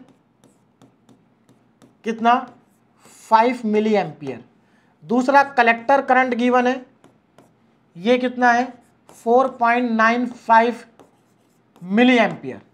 अब हमें यहां पर कैलकुलेट करना है बीटा, लेकिन बीटा को कैलकुलेट करने से पहले हम कैलकुलेट करेंगे अल्फा, क्योंकि बीटा तो डायरेक्ट नहीं कर सकते। वैसे इसको कैलकुलेट करने के दो तरीके हैं। चलिए मैं पहले अल्फा निकालता हूं। अल्फा का फॉर्मूला होता है collector current upon emitter current, क्योंकि बेस कॉमन है ना। वैल्यू पुट कर दीजिए, वैल्यू अगर आप सब्स्टिट्यूट करेंगे तो alpha is equal to collector current कितना है 4.95 और एमीटर करंट है 5, दोनों को डिवाइड कर दीजिए तो यहां से अल्फा आ जाएगा। तो अल्फा कितना आएगा 4.95 डिवाइडेड बाई 5, 0.99 ये हमारे पास अल्फा की वैल्यू आ गई। लेकिन हमें तो बीटा कैलकुलेट करना था, कोई प्रॉब्लम नहीं है, हम रिलेशन हमें पता है ना। वी नो दैट अब देखिए यहां पर बीटा निकालना है, तो बीटा का फॉर्मूला क्या होता है अल्फा अपॉन 1 माइनस अल्फा, यही फॉर्मूला था beta, relation between alpha and beta, beta equal to alpha upon 1 minus alpha, ये फॉर्मूला है। तो फॉर्मूला अप्लाई करेंगे तो यहां पर अल्फा कितना आ गया 0.99 डिवाइडेड बाई 1 माइनस अल्फा, यानी कि 1 माइनस 0.99। तो सीधी सी बात है, अगर आप इसको डिवाइड करेंगे तो यहां से बीटा की वैल्यू 99 आ जाएगी। कितनी आ जाएगी 99, डिवाइड करके देख लीजिए इतना ही आएगा। तो ये भी हमारा कंप्लीट हो गया। तो इस तरह के क्वेश्चन 2 मार्क्स में पूछे जाते हैं यूनिवर्सिटी एग्जाम में। अब अगला क्वेश्चन देखिए, अगला क्वेश्चन 7 मार्क्स में पूछा गया है ना, और सॉल्व किया हुआ मैंने, क्योंकि बिल्कुल एकदम सिंपल क्वेश्चन है। देखिए क्या है, इन एनपीएन ट्रांजिस्टर, देखो हमें एनपीएन का ट्रांजिस्टर गिवन है जिसमें बीटा की वैल्यू 98 है, तो हमें एक तो बीटा गिवन है, ठीक है। Operated in common base configuration, मतलब यहां पर कॉन्फ़िगरेशन भी इन्होंने बता दिया, कॉमन बेस है, ठीक। If emitter current is 2 milli ampere, इसका मतलब एमिटर करंट 2 मिली एम्पियर का है। Reverse saturation current 12 micro ampere, तो reverse saturation current common base के केस में आईसीबीओ होता है, याद आ गया कितना है 12 माइक्रो एम्पियर है, ठीक। हमें बेस करंट और कलेक्टर करंट को कैलकुलेट करना है, बेस करंट और कलेक्टर करंट को। देखो सबसे पहले तो कॉमन बेस कॉन्फ़िगरेशन है, तो कॉमन बेस कॉन्फ़िगरेशन में बीटा तो आता नहीं, कॉमन बेस कॉन्फ़िगरेशन में आता है अल्फा। तो सबसे पहले हम अल्फा निकाल लेते हैं, क्योंकि हमें अल्फा और बीटा में रिलेशन पता है। तो alpha equal to beta upon beta plus 1 होता है। तो यहां पर वैल्यू पुट करेंगे तो ये हमारे पास आ जाएगा अल्फा। अल्फा क्यों निकाला, क्योंकि कॉमन बेस कॉन्फ़िगरेशन है, और कॉमन बेस कॉन्फ़िगरेशन के केस में अल्फा का फॉर्मूला अप्लाई करके हम करंट कैलकुलेट कर सकते हैं। देखो हमें आईई गिवन है, तो कॉमन बेस कॉन्फ़िगरेशन के केस में, कॉमन बेस कॉन्फ़िगरेशन के केस में हमारे पास कलेक्टर करंट का ये फॉर्मूला होता है। इस फॉर्मूले को तब लगाना है जब आपको आईसीबीओ गिवन हो। तो IC equal to alpha IE plus ICBO, यहां से हमारा आईसी कैलकुलेट होगा। देखो अल्फा कितना है 0.989।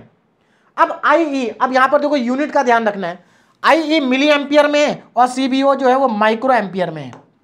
तो दोनों को सेम यूनिट में कन्वर्ट कर लीजिए, इसको भी एम्पियर बना दो, इसको भी एम्पियर बना दो। तो ये मिली एम्पियर है तो 10 की पावर -3 से मल्टीप्लाई करेंगे, ये माइक्रो एम्पियर है तो 10 की पावर -6 से मल्टीप्लाई करेंगे। बोलो बात समझ में आ गई। देखो मैंने सारी वैल्यू पुट कर दी, इसको 10 की पावर -3 से, इसको 10 की पावर -6 से। अब मैंने यहां से 10 की पावर -3 को कॉमन ले लिया, तो यहां पर बचा 0.989 इंटू 2 और यहां पर बचा 12 इंटू 10 की पावर -3। इसको कैलकुलेटर से कैलकुलेट कर लो। इसके देखो, इसको जब आप कैलकुलेटर से कैलकुलेट करोगे तो ये वैल्यू आएगी आपकी 1.99, है ना। और यहां पर 10 की पावर -3 है, तो आप इसको मिली एम्पियर में लिख दो। भाई अगर आप इसको मल्टीप्लाई कर दोगे 10 की पावर -3 से, तो ये आपका आ जाएगा 0.00199, तो वो आएगा एम्पियर में। मिली एम्पियर में कन्वर्ट करने के लिए करोगे तो आपका 1.99 आएगा। तो ये मिली एम्पियर में आपका क्या आ गया, कलेक्टर करंट आ गया। हमसे कौन सा करंट पूछा था, बेस करंट और कलेक्टर करंट पूछा था, तो कलेक्टर करंट आ चुका है। अब बेस करंट चाहिए आपको, तो ट्रांजिस्टर इक्वेशन अप्लाई करो, बेस करंट यहां से आ जाएगा। तो बताइए कितना आसान क्वेश्चन है, 7 मार्क्स में पूछा गया क्वेश्चन है, बहुत ही इजी और बहुत ही छोटा सा क्वेश्चन है ना। और ये पूछा गया था 2017 में, और अभी जो आपका पेपर हुआ 2025 में, यानी कि और सेमेस्टर में जो पेपर हुआ है उसमें देखो ये 7 मार्क्स में न्यूमेरिकल आया, और बहुत ही सिंपल सा न्यूमेरिकल है। देखिए क्या है, अगेन कॉमन बेस कॉन्फ़िगरेशन का न्यूमेरिकल है। ज्यादातर न्यूमेरिकल कॉमन बेस कॉन्फ़िगरेशन के ऊपर ही डिपेंड आते हैं। देखो कॉमन बेस कॉन्फ़िगरेशन, यहां पर अल्फा आपको गिवन है 0.98, ठीक है। अब इसमें थोड़ा सा देखो, क्वेश्चन को ना डायरेक्ट ना देकर के इनडायरेक्ट दे दिया। In common base configuration value of alpha आपको गिवन है, ठीक।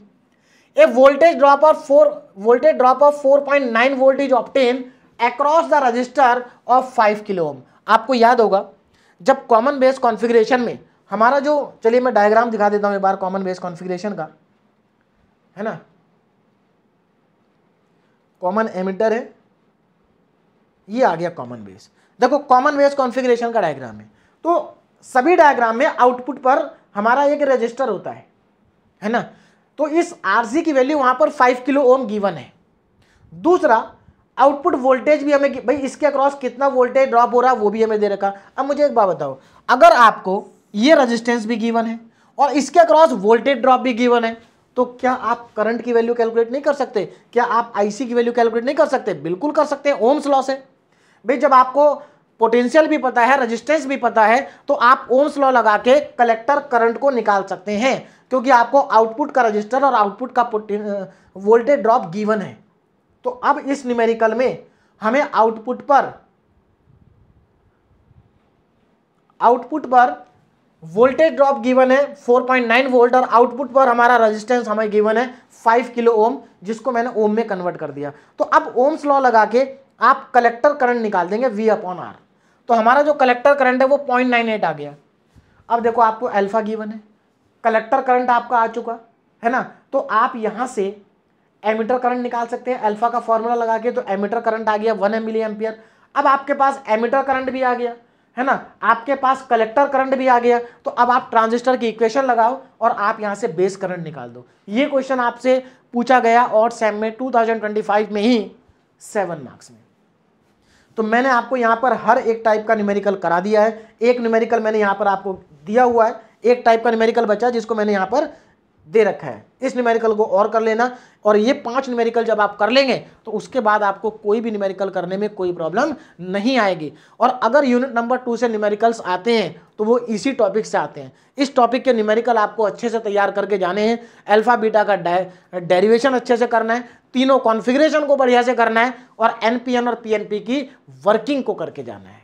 बात समझ में आ रही? यहां से कम एक क्वेश्चन तो 7 मार्क्स का आएगा ही आएगा, हो सकता है 2 क्वेश्चन आए। ज्यादातर चांसेस ये रहते हैं कि बीजेटी से 2 क्वेश्चन आएंगे और एक एफईटी से आएगा। क्लियर है? तो यहां पर हमारा बीजेटी वाला जो टॉपिक था ये कंप्लीट हुआ। नेक्स्ट लेक्चर में हम एफईटी को कंप्लीट कर लेंगे, और 2 ही लेक्चर में हमारी यूनिट कंप्लीट हो जाएगी। छोटी सी यूनिट है, बहुत आसान यूनिट है, बहुत कम समय में आप इसको प्रिपेयर कर सकते हैं। देखिए प्रीवियस ईयर में जो बीजेटी से क्वेश्चन पूछे गए हैं वो सारे क्वेश्चन मैंने यहां पर लिख रखे हैं। इसमें कोई भी क्वेश्चन ऐसा नहीं है जिसका सॉल्यूशन आप ना कर सकें। जितना मैंने पढ़ाया है, अगर वो आपको समझ में आ गया, वो आपने पढ़ लिया है, रिवाइज कर लिया है, तो उसके बाद आप इन सभी क्वेश्चन को अपने आप कर सकते हैं। और यही क्वेश्चन आपसे प्रीवियस ईयर में पूछे गए, डायरेक्ट क्वेश्चन पूछे जाते हैं। देखो 2 नंबर का क्वेश्चन कि बीजेटी बाइपोलर डिवाइस क्यों है, इसका आंसर पीछे लिखा है। करंट कंट्रोल डिवाइस क्यों है, इसका आंसर भी लिखा है ना। डिस्क्राइब द कंस्ट्रक्शन, एनपीएन की कंस्ट्रक्शन पूछी है, तो कंस्ट्रक्शन में आपको एक्सप्लेन कर चुका हूं, एनपीएन की भी और पीएनपी की, दोनों की, है ना। तो वही आपको बताना है। एक्सप्लेन द ऑपरेशन, अब यहां पर ऑपरेशन पूछा मतलब वर्किंग पूछी आपसे, यहां पर कॉमन बेस कॉन्फ़िगरेशन की वर्किंग पूछी है, यहां पर भी आपको वर्किंग पूछी है ना। तो ये सब बहुत सिंपल क्वेश्चन है, अगर आप पढ़ेंगे तो कोई क्वेश्चन ऐसा नहीं है जो आपसे ना हो, सभी हो जाएंगे, इजी क्वेश्चन है। क्लियर है?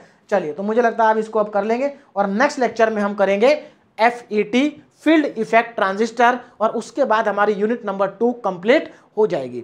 इसके बाद हम पढ़ेंगे यूनिट नंबर 3, और यूनिट नंबर 3 यूनिट नंबर 2 से भी छोटी है। बात समझ में आ रही? मतलब यूनिट नंबर 2 से भी छोटी है। यूनिट नंबर 2 को हम 2 लेक्चर में कंप्लीट कर रहे हैं, तो यूनिट नंबर 3 को भी हम 2 या 3 लेक्चर में ही कंप्लीट करेंगे, लेकिन वो यूनिट नंबर 2 से ज्यादा छोटी है।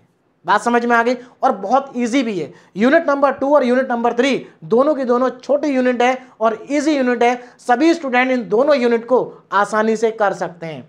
क्लियर है? चलिए, तो इसको आप अभी रिवाइज करिए, नेक्स्ट लेक्चर में हम FET पढ़ेंगे। Okay, thank you very much.